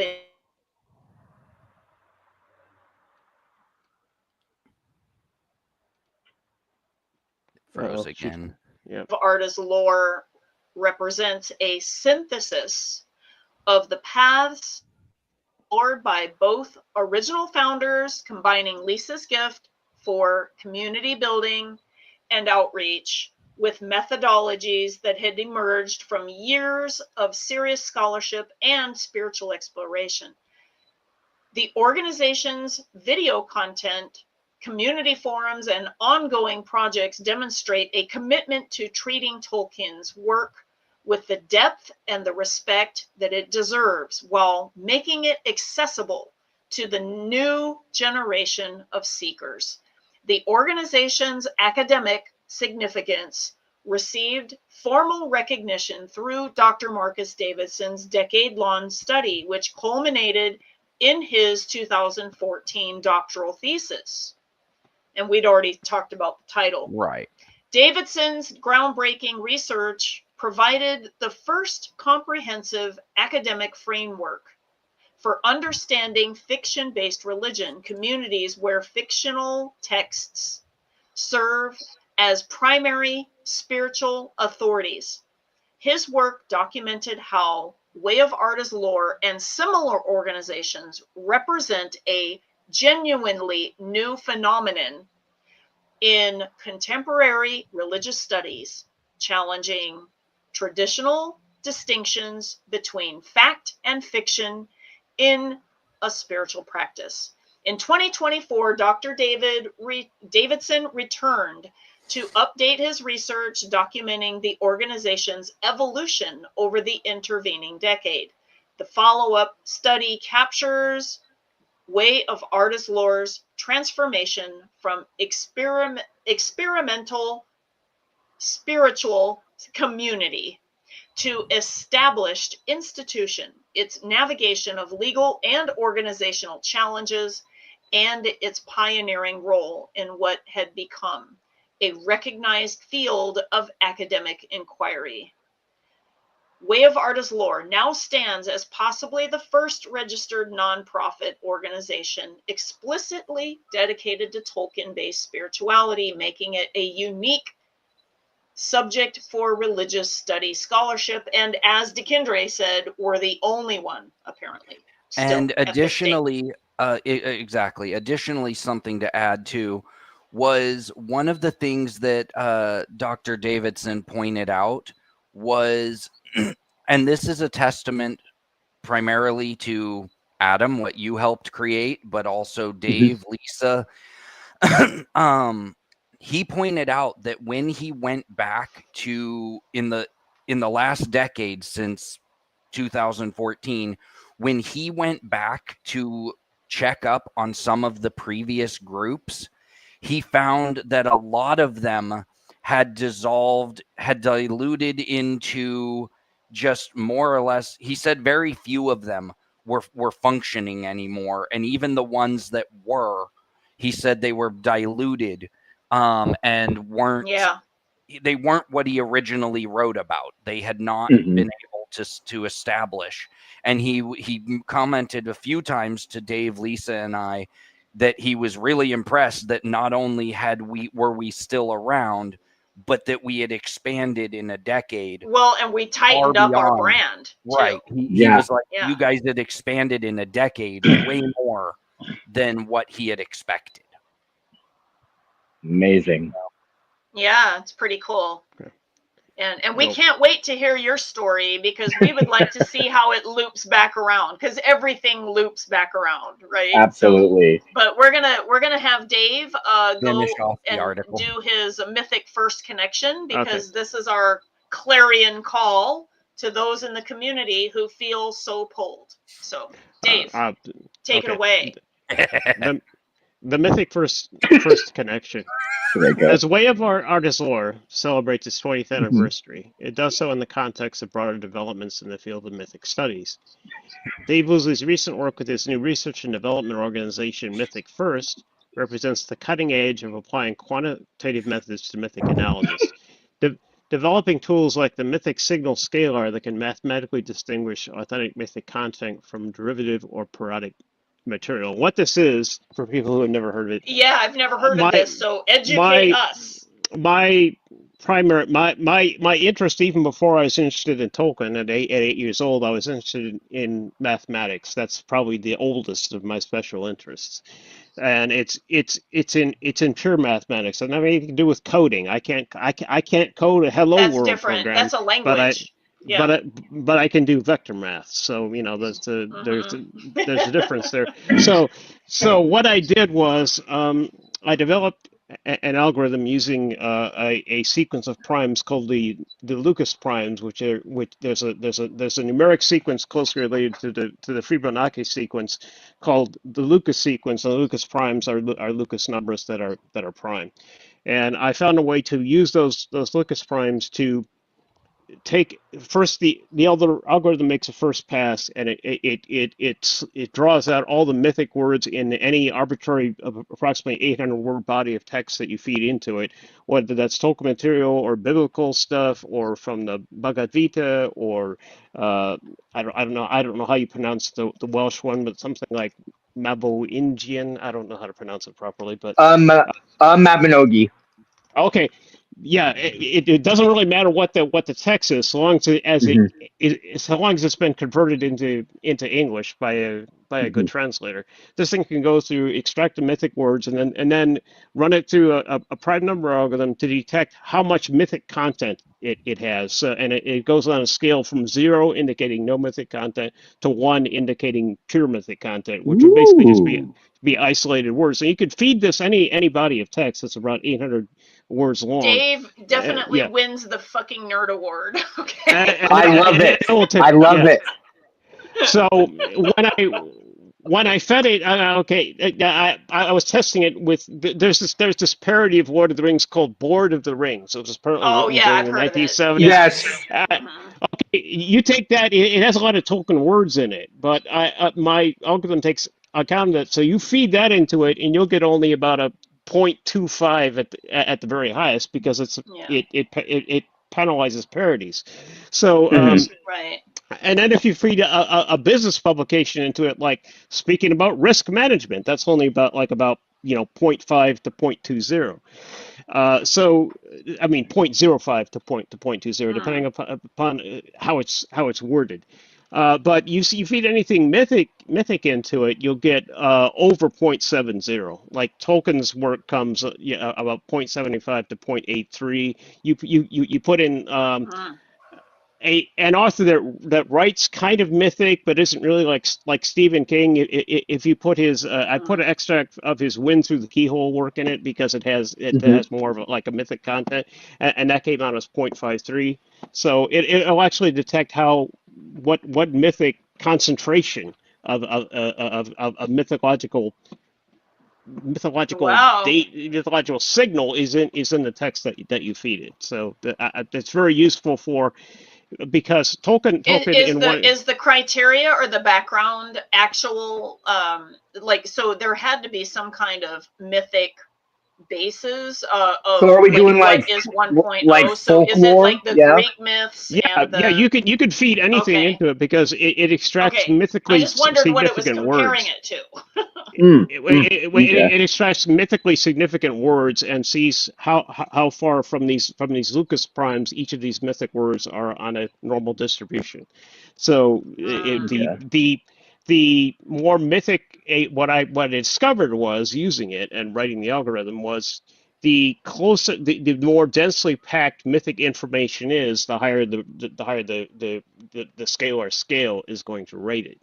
So if biblical stuff also scores up there, but not as high as Tolkien's work, because it also includes biblical work is of course mythic, but it also includes like what I would call tribal narratives and so forth. So those don't like adding score as like high. Grimm's and some of those other ones in there as well, right?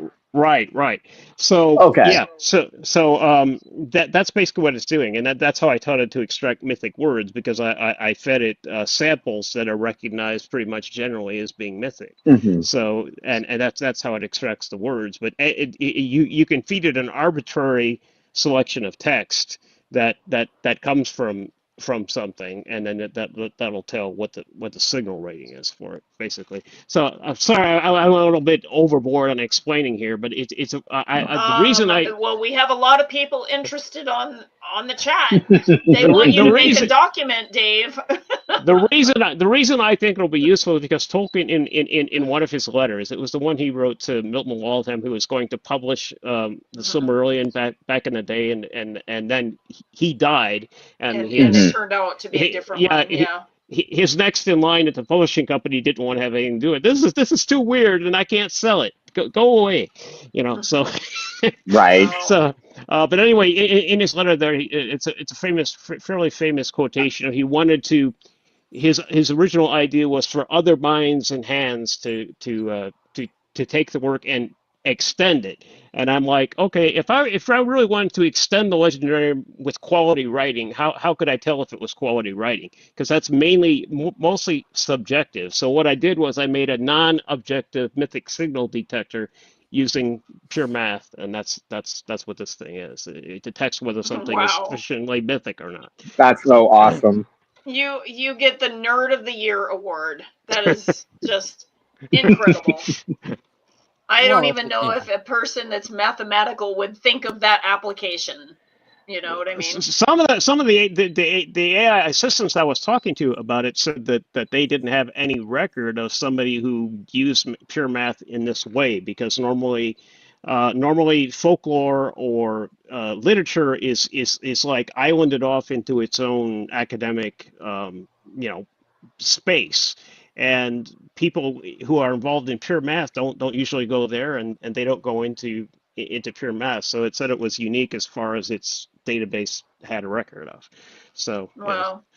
And it's incredibly useful for, like we've said before, keeping the group on, making sure that the content that we produce is at an academic level that, and we can prove it with math. Oh my God. Right. Right.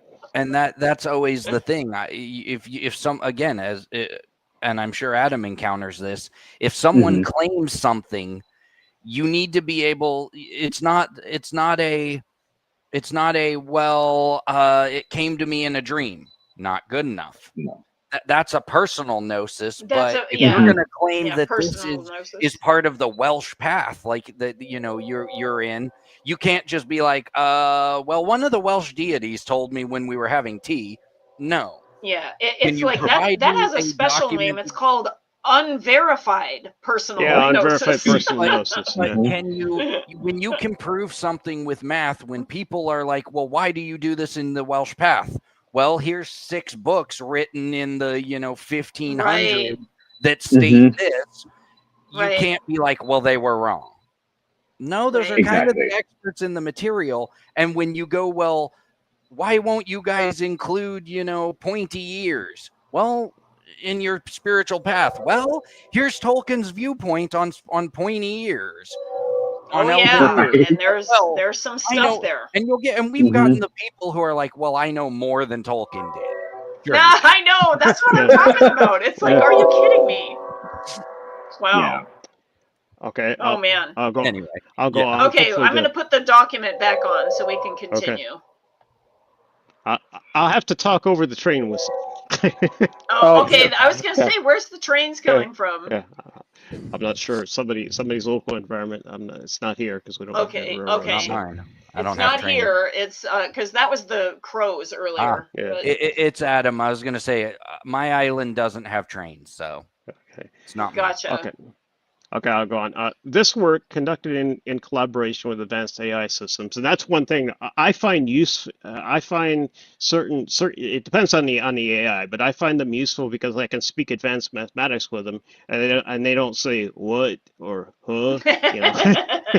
No, it's really good at math stuff, Yeah. I would imagine, Yeah. because it's pattern recognition. Right. Yeah. Demonstrates how traditional mythic wisdom can be enhanced rather than replaced by modern analytical tools. The mythic first approach validates Tolkien's own vision of his legendarium as something that could be extended by other minds and hands, providing they maintain the essential quality and integrity that makes mythic material meaningful. The relationship between WoW and Mythic First illustrates how the spiritual community that began 20 years ago has evolved to encompass both the experiential and analytical dimensions of the mythic environment. While nurtures the community and spiritual aspects of Tolkien's vision, Mythic First develops the methodological tools necessary to distinguish authentic mythic creation from mere fantasy entertainment. And do you want me to read the ending, the legacy and future, or? Hang on a second. I'm Okay. flipping the screen around. Okay. Hang on a moment. There we go. That's the last section. You want me to read that, or you want to read it? Yeah, go ahead. Okay. Legacy and future. As the Way of Arda's lore enters its third decade, it stands testament to the enduring power of Tolkien's vision and the dedication of those who recognize that his work offered more than entertainment. From the early days of Utolk to the development of Tië eldaliéva and Ilsalunte Valion to the current synthesis of Way of Arda's lore, the organization has maintained its core commitment to treating the legendarium as a source of genuine wisdom. The organization's evolution mirrors the broader maturation of Tolkien studies from academic curiosity to recognition of the professor's work as legitimate mythology worthy of serious spiritual and scholarly engagement. In an age where much modern fantasy has descended into derivative formula and commercial exploitation, Way of Arda's lore stands as the guardian of the authentic mythic tradition that Tolkien pioneered. Looking forward, Way of Arda's lore continues to explore new ways of engaging with Middle-earth while maintaining the essential principle that guided its founding: the signal must arise from the data. Whether through community spiritual practice, scholarly analysis, or innovative application of technology to mythic studies, Way of Arda's lore remains committed to the vision of bringing something true into a world that needs such truth more than ever. The 20-year journey from a small Yahoo group to a mature organization capable of influencing the broader field of mythic studies demonstrates persistent dedication to authentic vision that can indeed create lasting change. As Tolkien himself might have said, the light of Eärendil continues to shine in the darkness, carried forward by those who recognize its value and commit themselves to its preservation and growth. And that's the end of the document. Very good. And we got footnotes for anybody that cares. The link for this particular document is in the video description. I believe it's also on the Patreon post, but it's available. Very good. So, okay. So I think that first I want to just double check the comments. Okay. It's really brilliant. Oh, yeah. This is what Nimue said about Dave's mathematical like evaluation to determine the mythical quality. Okay. She said this. She says it's really brilliant. This is something Dave shared with us in email. It's mathematical art. Oh, so that's pretty cool. And there it is. That was the document. Okay. And so Nimue says, wow, what a journey. These past 20 years have been an unexpected journey. Even I'm looking forward to seeing what happens in the next 20 and more will bring. So yeah, we are too. We definitely are. So now I think that it's time to hear from Adam about Exactly. So yeah. you can and if you want, you can like talk about your beginnings with us, but we're particularly interested in kind of where you've went since you started with us and how Tolkien kind of still was a thread throughout what you're doing, and how you're like kind of in a way coming back, and you're still doing your own thing. Like you're not coming all the way back to my note. Right. So we wanted to know like how you're applying this in the paths that you have, and like with your student, because I know you have some students and some other stuff. So take it away. Well, as everyone knows, one of the original co-founders, way back in the day, I was introduced to the Silmarillion. I think it was either 6th grade or 7th grade by like my best friend, who is still one of my best friends. And having been raised in a very Christian household, unfortunately of the nationalism variety, it was the closest to a mythical backdrop I could get away with. Being very drawn to neo-paganism, Wicca, witchcraft of that time and date during the tail end of the Satanic Panic. Okay. And so I began to really utilize a lot of the concepts from the Silmarillion into my practice. And so I started growing a really fond love of the Tengwar.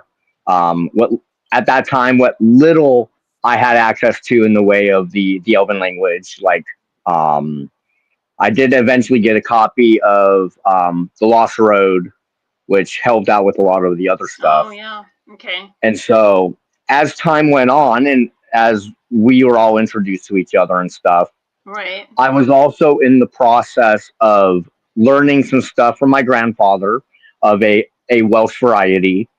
And I was also at that time beginning my studies as a metaphysical minister with the International Metaphysical Ministry, a theocentric New Age, New Thought paradigm, which kind of led me to just putting way too much on my plate. And so that's why I kind of bounced in and bounced out, and there was other stuff going on at that time. But let's fast forward, because this is where it gets juicy. Okay. So during that time, I was very much reading some of the earlier works of Robin Artisson, where he brought in a lot of the folklore around Europe, mixing in a bit from like the Havamal, the Norse background, and that's what kind of connected me and Draco. And he was able to start teaching me a lot of stuff about the Norse pathway. And so that also brought in like a bit of the idea of like Gnostic witchcraft, the more what at that time was called traditional witchcraft, more of a shamanic aspect. And so at that time, I began to really get into mythic themes, starting to look at like Grimm's fairy tales from a more spiritual standpoint instead of just as a telling the story. You know, kind of getting away from the Disney variety and trying to see how there were certain themes inside them that just started to kind of match up. And it wasn't until Robin Artisson put out a book he calls Ancora Gwyn, Sorcery in the Ancient Fairy Faith, that I began to see, you know, where certain mythic themes when did and Robin ideas. publish that? Do you know what year? That was like 2018. Okay. Right, like not that long before the pandemic started hitting. Okay.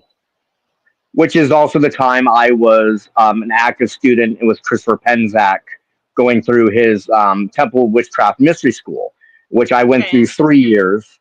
Okay.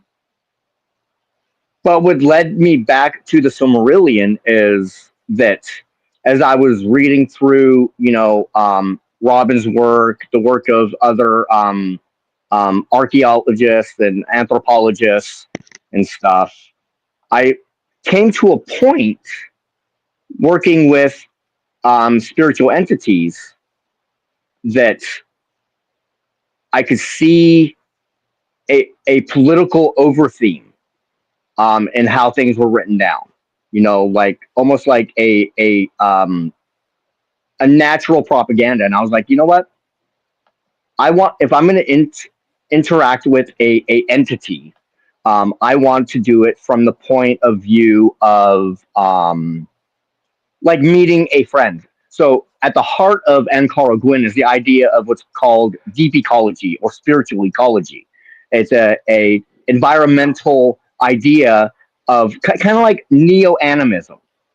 And so I began a experiment, so to speak, where I opened myself up to communicate with the Morrigan, an entity there's a little bit out there, there's a lot out there, but I really did not know herself, so to speak.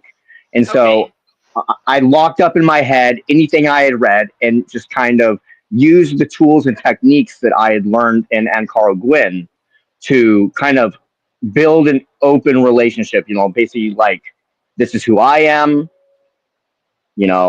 I'd like to get to know you, let's dialogue. Basically try to develop a UPG, unverified personal gnosis, and then go back later on to the resources. Actually took a free course with Laura O'Brien, with her Irish myth. Yeah. Yes. And so I was able to see that. I found out about Owe Nagat from her, and I went to visit that back in 2022. And now I hear that they had to fence it all off. You can't go there anymore because there's carbon dioxide and people were like suffocating in there. And they're littering and they're doing vandalism. It's terrible what's happening. It is. So anyway. And so then I started seeing that, what I was doing was working. I was getting verification for my own personal experience on things I had no clue about. And that's when, with the animistic mindset, I was like, I wonder if I could do something very similar with Tolkien's work. And so at that time, I was living near a stream, out in the boonies. I had plenty of time to myself, and using with the help of my plant ally, Mugwort, I began a dialogue with this stream, and not applying any names, basically just like, hello, I am here. And that's when I started having experiences with Olmo. Like hearing music. Wow, Olmo. I mean, I heard a horn, and we're out in the boonies. I mean, the only horns I could normally hear are going to be like semi-truck horns. But I when you hear like a horn from like the show Vikings or something like that, there's a distinctive tone. Oh, sure. Absolutely. And stuff. And at that time, I had forgotten that Olmo has a horn. Yeah, because we think of Orome having a horn, but yeah. And so I began to have a dialogue with an entity that presented itself as Olmo, using Olmo's name, and I began to really reach back to all the conversations and some arguments that me and Dave used to have. Dave, you were right in the long run. It was too long ago. Hey, I'm a few decades behind you, bro. Few decades. I know you and Dakyndre are around the same age. Yeah. Yeah. I'm almost 43.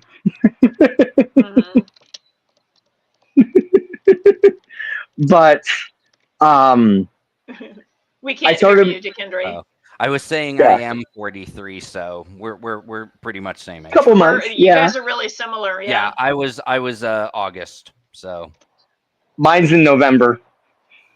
Dave and Lisa have got just a little bit on us. Just a little bit. Just a little. Yes. And so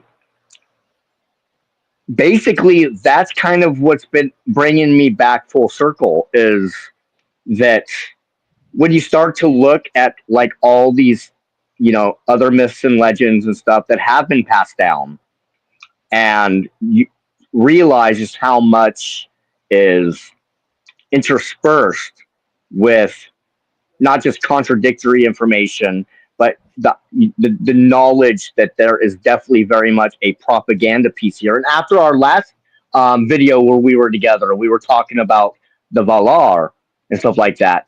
It was like the last, key in the keyhole, where it's like, for me personally, not necessarily for my students, though I use the same basic concepts of my working with the Silmarillion in their spectrum. My whole point is that they have their own fairy tale, that they can use the same means of spiritual ecology for their worldview, to have an interaction or interactions with other than human, other than self entities. And their experience is going to be theirs. They're changing their UPG to VPG and stuff is on them.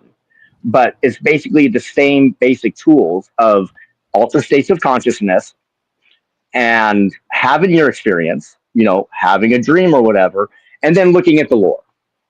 And so for me, it's more that not necessarily that I was like looking to verify the legendarium. It was more that the entities that I was beginning to experience were saying, hey, check the lore. Check the lore. And so when you say coming full circle, it really is that. Like, I was not seeking it. I was not seeking it at all. And it was just, I was having my fairy tale. The ones that you were talking to that said, hey, do this. Wow. Yeah. And yeah. How did it fold? So I do want to ask you about your practice, wherein with all of this coming through, that had to change your practice, meaning even the stuff that you're learning with Robin, that you're learning with Christopher, that you're learning with your family Welsh path. Mm-hmm. How is it, like, I don't know what you want to call it, but how is it coalescing? How is it? And by the way, do they know that this is what you're doing? Like, do any one of them know that, like, you're dealing with Tolkien stuff at this point? Like, and you're putting that together with everything that you already are doing, how is that going? As for my personal practice, that's between me and that's between me and the legendarium. Like, you're not going to Robin and saying, hey, by the way, I'm mixing Tolkien with everything you're telling me. No. Yeah. Okay. No. Yeah. As for me and my Patreon patrons and stuff, really all we've been doing is basically a book study. I do have a few mentees within that book study, and when it comes to that, it's more of a I work more by the idea of the mixture of spiritual coaching, utilizing the 30 plus years of information I've gained from like everywhere, in a means of more or less them finding their own answers. So my whole focus is to help Tolkien them. Books part of their reading, or no. Is that okay? No, but a few mentees have had experiences. That with Tolkien's Valar or what have you. Yes. Wow. Yes, independently. I have not confirmed or denied my own connection, because I've never been quiet about connecting to what's now Way of Arda's lore at all, even in a historical point. Yes, but yeah.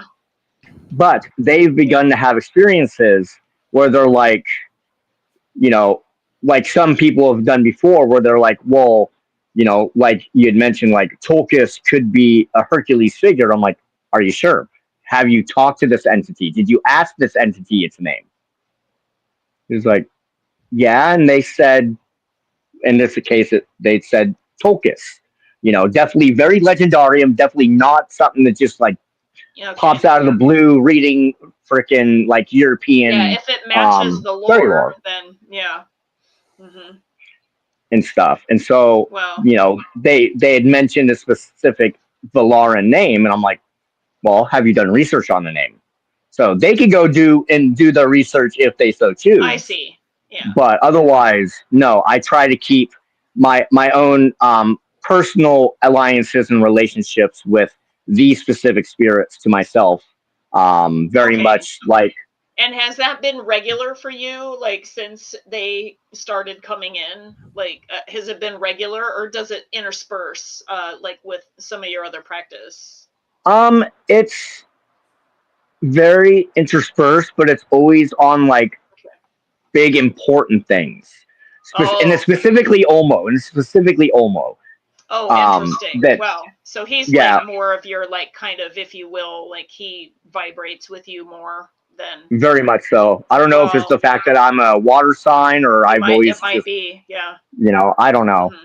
But the thing is when it comes with any working with spirits, I will work with whatever shows up and whatever names, out of respect, just like I would any other human being, any other animal or whatnot. I treat them very much, you know, if this is how you want me to identify you, or you want me to recognize you through this such, fine, I will.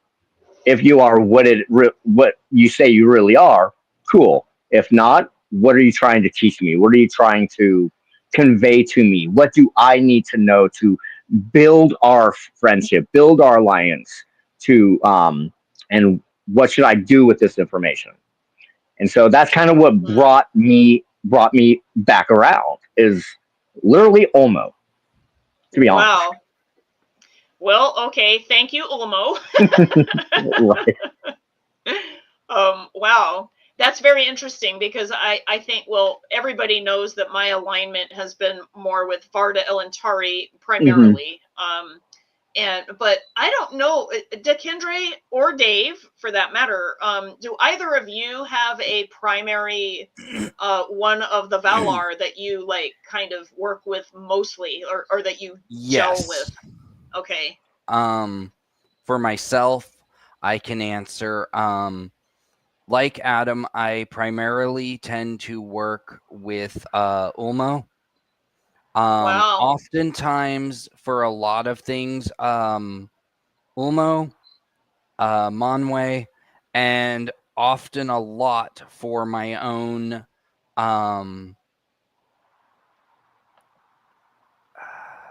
spiritual battles, we'll say, because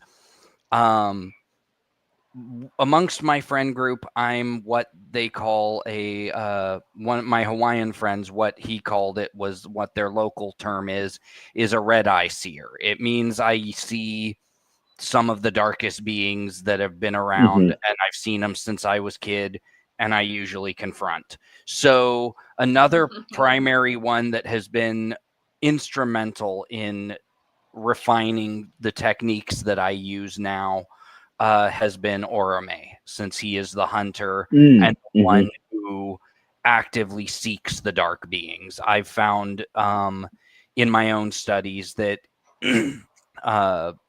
meditations with him have provided like really great results for the work that I do. But anyway, Dave, you? Actually, the two that I have most contact with are, once again, Ulmo and Yavanna. But I live in a environment in the southern part of the Smoky Mountains here, where forests and water are basically, everywhere. Yeah. Right. And sometimes Orome, but that's mainly in the autumn times. So those are right. the main three that I have. And dairy, right? Yeah. Wow. So it's interesting. Quite a few. Very interesting that you guys all have, but all three of you do Ulmo quite a bit. That's very interesting. Yeah, my Ulmo's probably my primary, and then like I said, Orome a lot, and my secondary seems to be more like Nemo, to be honest, as like a secondary. Nomo, of the Halls of Mondos. Yes. I work very, very closely with like spirits of the dead, stuff like that, and in most of my other practice stuff. And so it would definitely be Ulmo primary and Nemo when needed, evidently. Well, yeah, and Nomo, I mean, his energy is pretty heavy too. I mean, very much so. Yeah, it's not like, oh, lightweight, I mean, Ulmo isn't like, lightweight either, but Nemo scares me. But to be honest, I was gonna say that's what I'm very saying. much I mean, so. they call and him I don't the scare easily of the Valar for a reason. I mean, and I think that's interesting because of the fact of like when I was working with the Morgan, and a lot of exercises I had as a student of Christopher Penczak when the Morgan was showed up. One of my exercises I had to do in the third year of the mystery school was a past life regression. And so I was in the process of trying to do that. I was trying, but I ended up stopping to the very first spiritual experience I had as a observer and stuff. So when I was 7 years old, which literally started all this, I was living in Edmonds in a small little trailer. My dad was at work. My sister was at daycare. At that time, very much a latchkey kid, basically, Yep. 7 years old, I'm home alone, Oh, we were babysitting by 8, cooking by 5. Right? So, exactly. Same. I mean, I legit. definitely experienced the whole latchkey Gen kid X hold myself. moment. And so the first experience I had and stuff, I was home alone, and I saw a shadow right outside my trailer window. Looked like it was walking right by, and kid home alone wanted to peek out. No one was there. I got up, went to turn around, looked back around, and it was almost like a deja vu. The same shadow kept on going over, but it stopped halfway, and then as a child, I ended up seeing two like black figures like materialize through the front of this trailer and scared the shit out of me. And I, from the point of view of seeing these two figures, I don't remember much. I know there had to be like some sort of like download or something like that, because I woke up evidently an hour later to my dad coming home.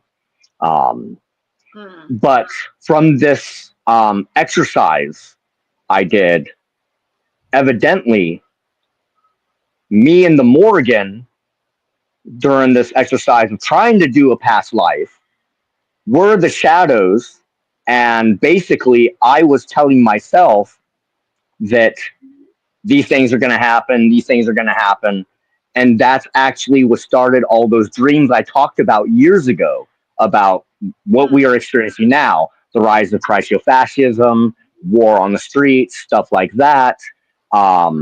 So the Morgan is very much known in Irish lore as a lady of prophecy, a one who can see the webs of fate.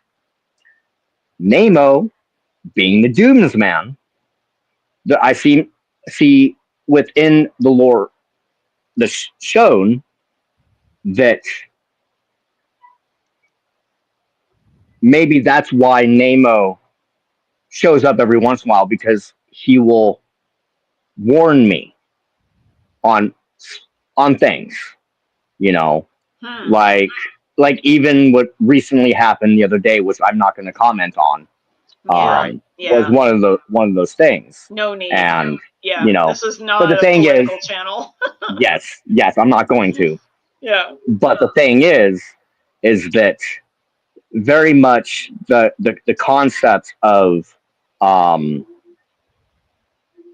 being able to foresee or be told beforehand of certain events, things that are doomed, and I mean that in the sense of not, doom and gloom, but things that are fated to happen.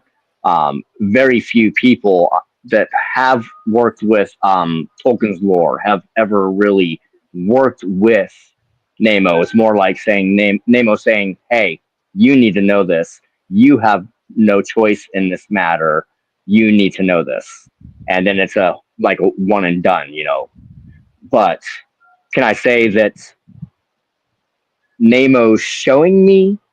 Can I say that you know it's not a reciprocal relationship as is with like Olmo. You're not the And only person to say that about really, Nomo. Yeah, like other really, people that I have talked to when they have meditation with him, he is very he's pretty stoic. It doesn't really respond. It's very it's not a warm fuzzy like no, relationship. it's very He's scary. just there in a sense, Yeah, but that you do get to know, if there is knowledge, it's like maybe it's downloaded or something. Like it's not or really, something. yeah, it's not really It's warm fuzzy. Yeah. yeah. It's Well, kind of like the one right before that that I got, which is why I actually have time to be here tonight. Is that basically he warned me that my 9-year relationship was going to end at a certain point, and it was right before the eclipse we had. It's actually been as of tomorrow. As of tomorrow, it'll be 1 month that me and my ex have been separated. wow. And so, Oh my gosh. And so that's why I am here now. I have time. Wow. Okay. I'm glad you are. I'm sorry that didn't work out, but Hey. also that's very interesting that you got kind of a foreshadowing of that. Mm-hmm. Yeah. And eclipse times are definitely like portals of things like very coming much so. in, leaving, like it's definitely that. And the one that we just had, obviously, look at the news. That's all I have to say for the oh, here's the cool energy switcheroo that we're gonna do. Like, let's see what happens now. And yeah, like it's been very organic. Yeah, just some bullshit though. Wow. But it will even out. I know that nature always it's natural law that always prevails, but it may take a while. Yeah. But yeah, pretty much that's been my story in a nutshell, and I'm glad to be back around. And yeah, 20 years. We want you to feel like you can continue to talk to us. Like you don't have to, join us like in a board or we're not expecting that. Because like that wasn't your path. But I think that it's still really cool and interesting that you're still having a thread of Tolkien even running through your own path of spirituality. And I'm not so sure about Dave because he's such a pure, like the way that he experienced Tolkien was so pure, compared to us, right? But I can say for me and Dakyndre, as well as you, I would think that we still have like the Morrigan will still show up for me sometimes, like or Isis, or because I worked with them before, so it's just like it just happens. For myself, I would say no. I don't, and the reason why is I've studied a lot of the paths over the years of having spent 25 plus years in the occult circles and stuff. I worked very much like one of the first books I ever got on magic was Teutonic Magic by I remember that one. DJ, it was either DJ Conway or Keldolf Gunderson. It's right? Keldolf. It's Keldolf Gunderson. And that was one of the massive instrumental books in shaping my early magical studies. I've had things my entire life that I could do, but I hadn't studied until I was probably about 15. That book found its way into my hands through a used bookstore in a podunk little rural community. Right. And for myself, over the years, I actually have not worked with many of the deities. Even in the Nordic ones, I studied the runes, I studied the magic and all of that. Honestly, for myself over the years, I found most of the deities to be personally obnoxious, and I wanted nothing to do with most of them.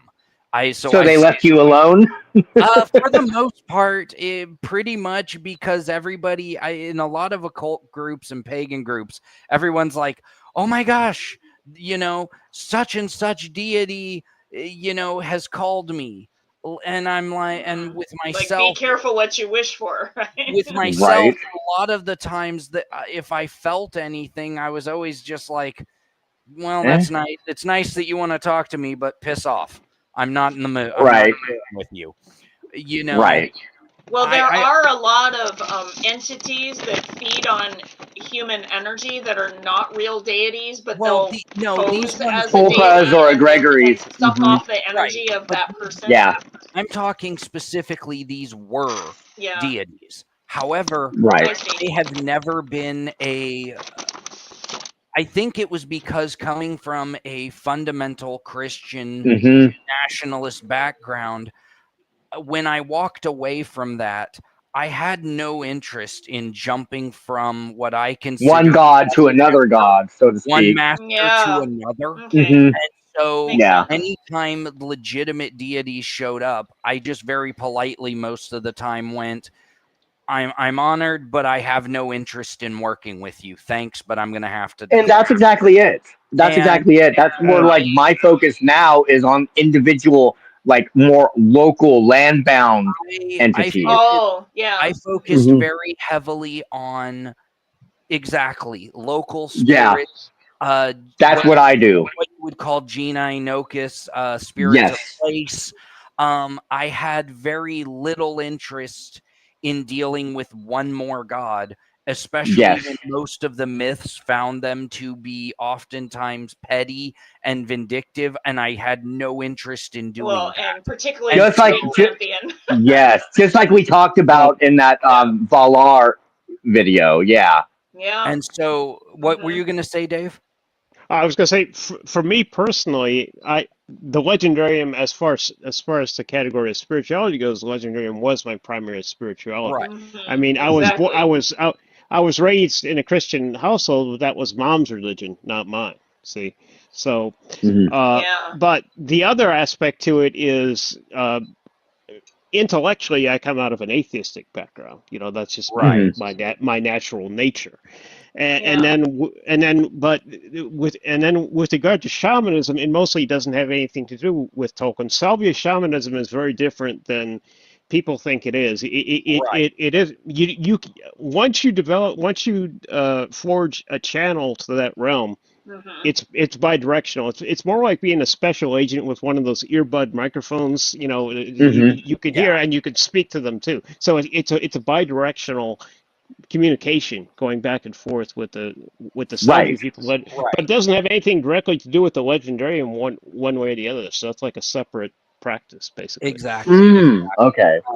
And so until I'd say the last 6 years, until the last 5 or 6 years, I had zero interest in working with any what you would call deity level, in a sense, being, which, while they aren't, the Valar are incredibly powerful, and you could put them in the realm of in a sense of a demi deity. Yeah. but I had until I encountered the Valar through more heavy study. Previously, I had zero interest because, like I said, I found all of the other beings petty and vindictive. And when I came to the Valar and I started learning about them, I went, wow, they do not embody any human traits. They are not bickering amongst each other. Right. And so for myself, when beings like Ulmo showed up and said, hey, I want to work with you, I was like, oh, okay. Because of the purity of the nature of Ulmo and the nature of the Valar, I found it far more willing to work with them because there wasn't pettiness and human traits assigned to them. They were simply what they were. And I found it oftentimes, like Dave mentioned, his Salvia thing is completely separate from Tolkien. Well, I've worked with dragon magic for many, many years, and that is completely separate from Tolkien and things. But I found working with the Valar much like working with the dragons, which is they're going to give you information, they're going to work with you, but they're also not going to sugarcoat and baby things. When you're working with a dragon, if you piss them especially off, a dragon. Oh my god. They will smack you through walls. They have no qualms if you start getting stupid with smacking you through a wall. Yeah, and you know, and respect with dragons. And that's exactly it. That's exactly it. I guess that's exactly what I should have said when I was talking about when I work with my mentees and stuff. Is I don't do divinity work. I don't work with gods and stuff from like pantheons. The essence of the path that I mentor on and stuff is very much a chthonic, local, non-pantheonic pathway. And but it's reciprocal too, right? I mean, it is completely reciprocal. Just like you're not groveling on your knees to like talk to them. They're not like, I'm gonna do, you know what I mean? Like it's not like that, and it's not like you're commanding like the like how in dark magic people like try commanding a dragon. Yeah, good luck. You're gonna command a land entity. Right? I mean, commanding the local land entity and stuff to give me fruit is about ready to send the river that's not even a hop, skip, and a jump away to sit there and drown me out. No, thank you. And we have a reciprocal relationship. Right.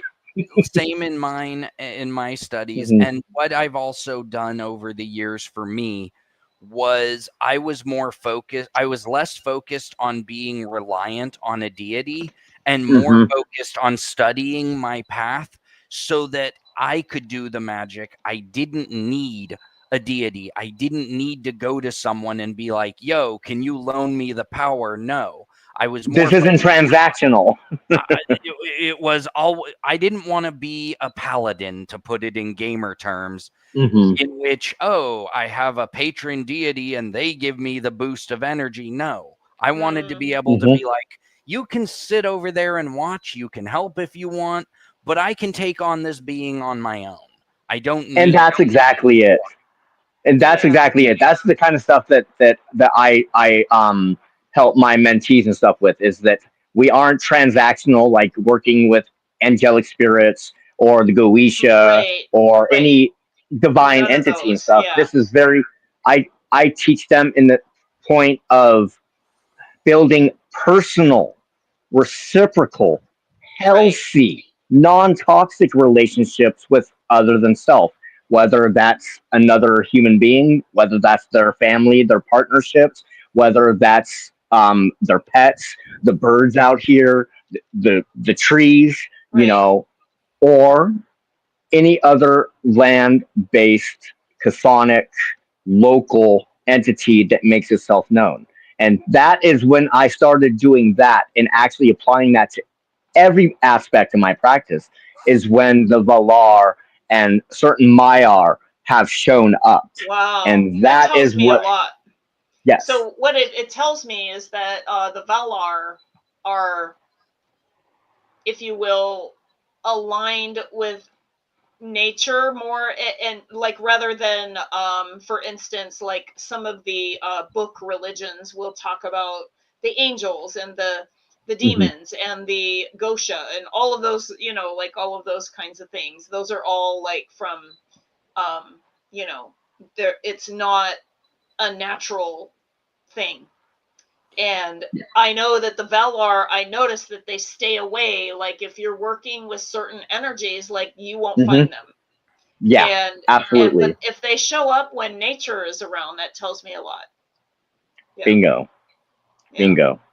And that's why Tolkien was really onto something when he made sure to, like, when you read a lot of the stuff, how much he was against industrialization. Oh my gosh, he definitely was. And that's exactly it. The more I work with, like, literally, the more I garden, or the more I spend time at a stream, or just observe the birds, or, you know, feed the crows and stuff like that, the more reciprocal relationship with those aspects of spirit is, and it's reciprocal. You know, if I'm gonna offer, if I'm gonna offer some grain and maybe some wine or something like that to the local land spirits, and I feed it on a frickin' on a tree, I've always noticed that not only does that tree grow better, but like before me and my ex split up, she had a plum tree in her backyard for like almost her entire 30 years of living and stuff. That thing had not borne fruit. Literally, like 3 months ago, it started bearing fruit, because that's where I would leave. That's where I would leave my offerings. That's where I would sit and talk and stuff. So in a way, there's that reciprocal relationship. I water you, you water me. We do this not because it's transactional, but because there's a real personal bond. Yeah, it's just an exchange. Yeah.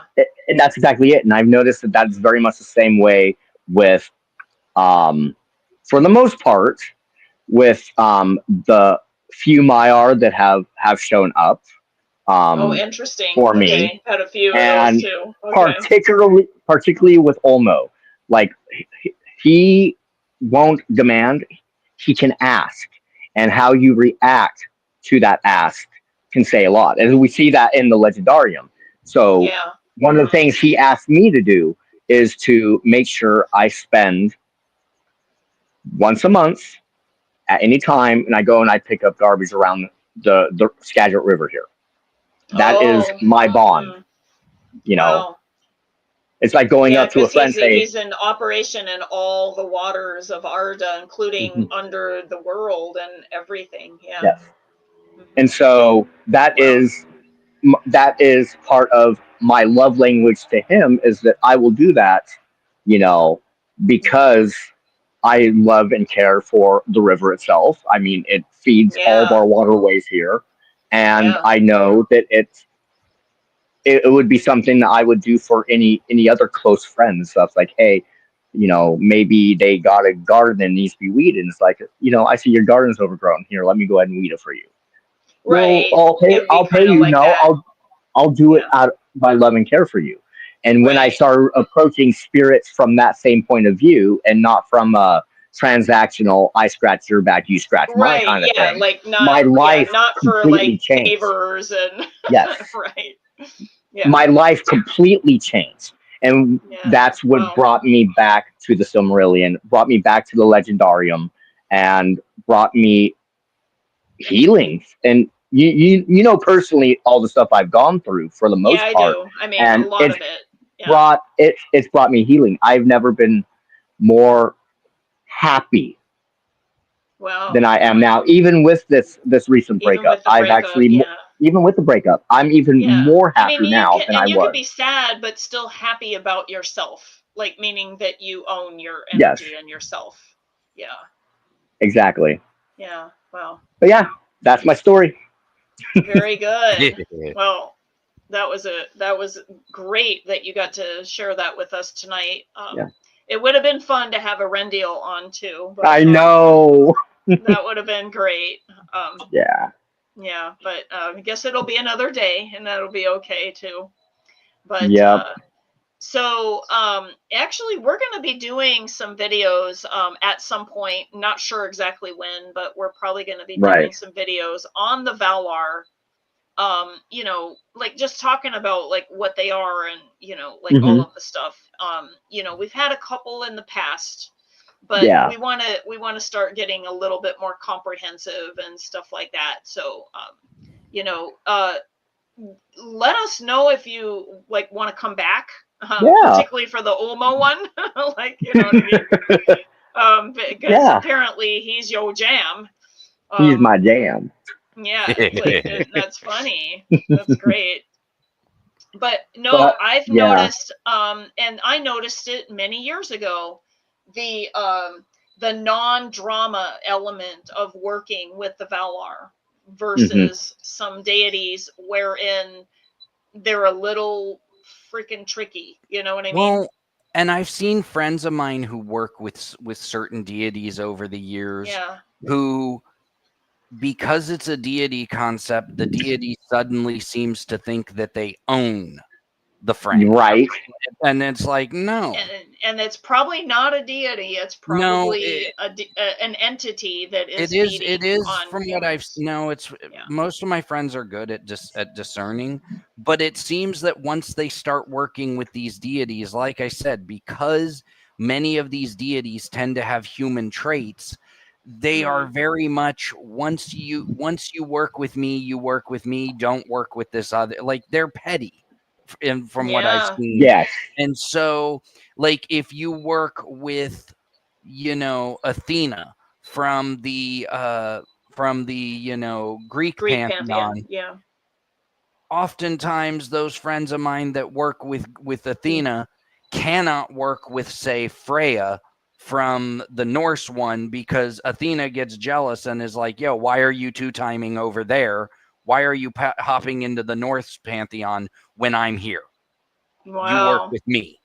And so it's this very much, there seems to be sometimes an ownership factor that the Valar don't have. The Valar are like, oh, you're chatting with, you know, Nienna? That is awesome.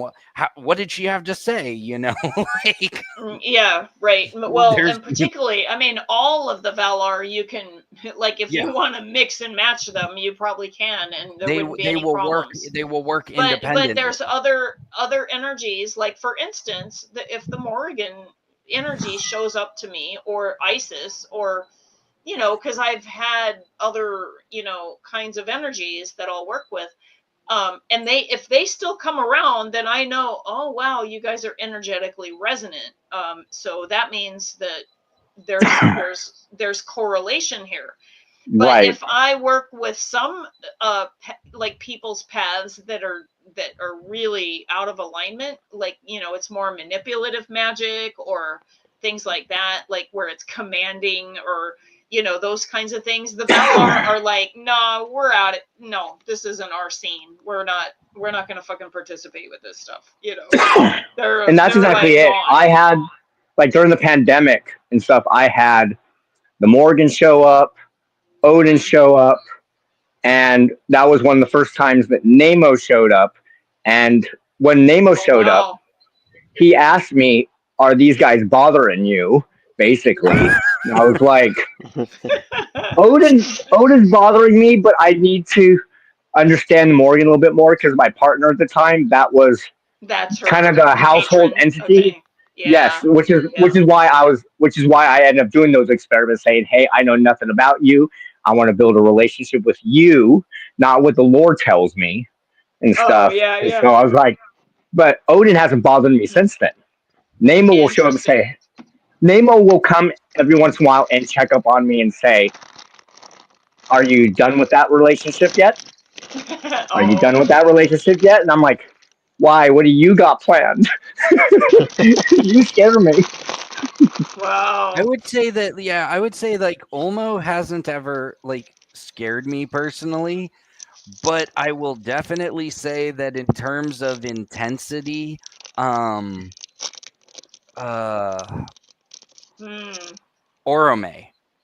Really?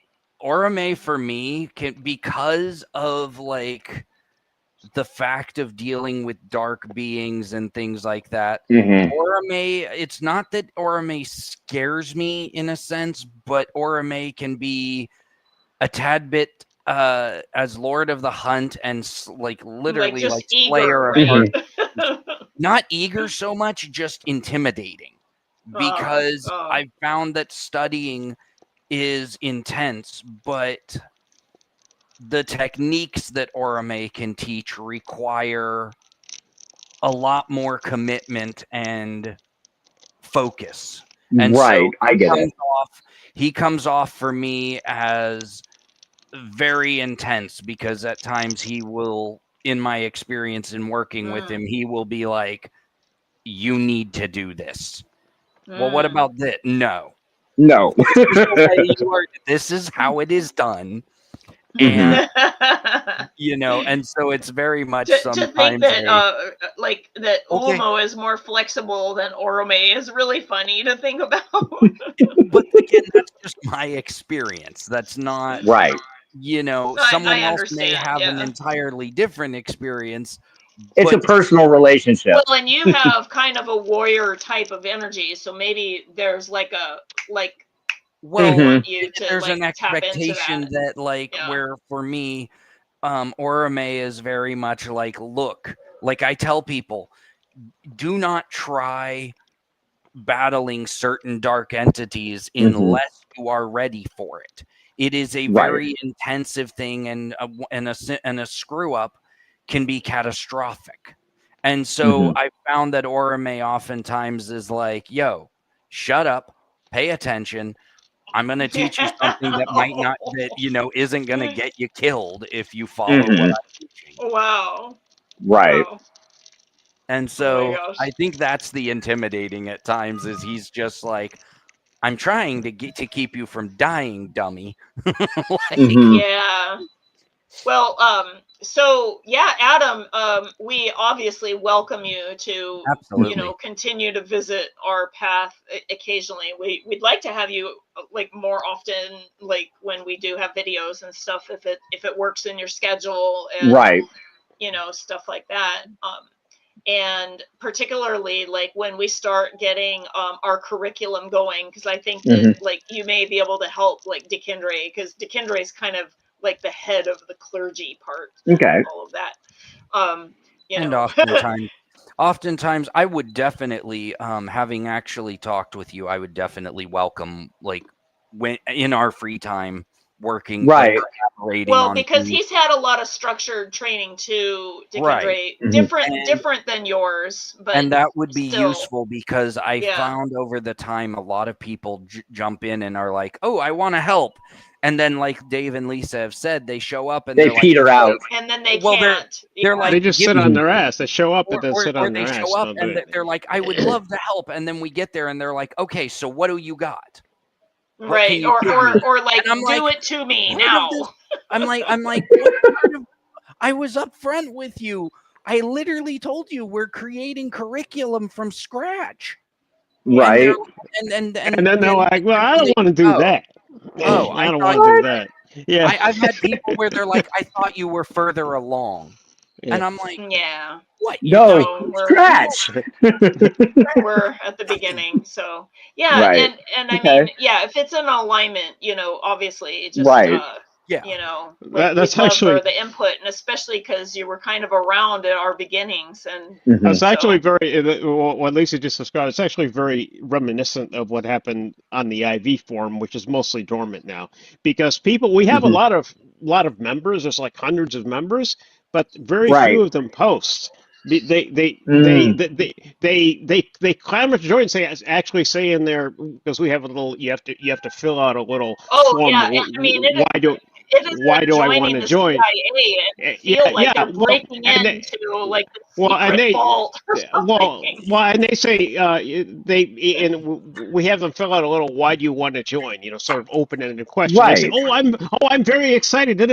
Okay, all right. Well, I'll let you in. What happens when I let them in? They won't even respond to their welcome thread, which is what we do. We welcome each really new person. Strange. And they just shut up. They do not. They say nothing. Lisa, we might want to end the live stream. Oh yes, I got to work tomorrow. Yeah, and actually, I'm getting ready to go ahead and end that right now. Yeah. So, I mean, we have like 2 viewers now. Okay. So we'll just go ahead and end. Yeah. We'll talk at a later date. Yes. Yeah. Stay tuned. We're gonna have some videos on the Valar. We're gonna have a Tolkien and channeling video that is similar to our Tolkien and shamanism video. And we have a few other topics as well. Go ahead, Dakyndre. Also getting ready, because I know there's a lot of interest, but I'm getting ready to do a video announcing the houses, the creation of those, if you will, of what the paths for like hobbits and the other branches. Oh, for the curriculum. Right. Well, very good. Also for the different branches, like the dwarven aspect for those who identify more from a dwarven and from like and for our patrons, we might want to give a little like a peek of like we're doing some stuff with the elven, like the runes and or like meaning the Kirith and or Tengwar and creating divination systems with that. Like full on magic systems I've been working on. So yes, we have a lot that we're getting ready to come forward with that we've been working on in the background. So stay tuned. We'll be around. Meanwhile, thank you for helping us celebrate our 20th birthday. It's been just really blast and like reminiscing and, you know, like all the history that we've had. Oh my gosh, we didn't even cover like most of it, but it's okay because that video would be like 8 hours long. So right. We don't want to do that. So anyway, have a good night, all. We'll catch you on the flip side. Stay tuned by clicking the notification bell. And when you're signed in, you'll know when we go live. Okay, have a good night. Bye. Bye.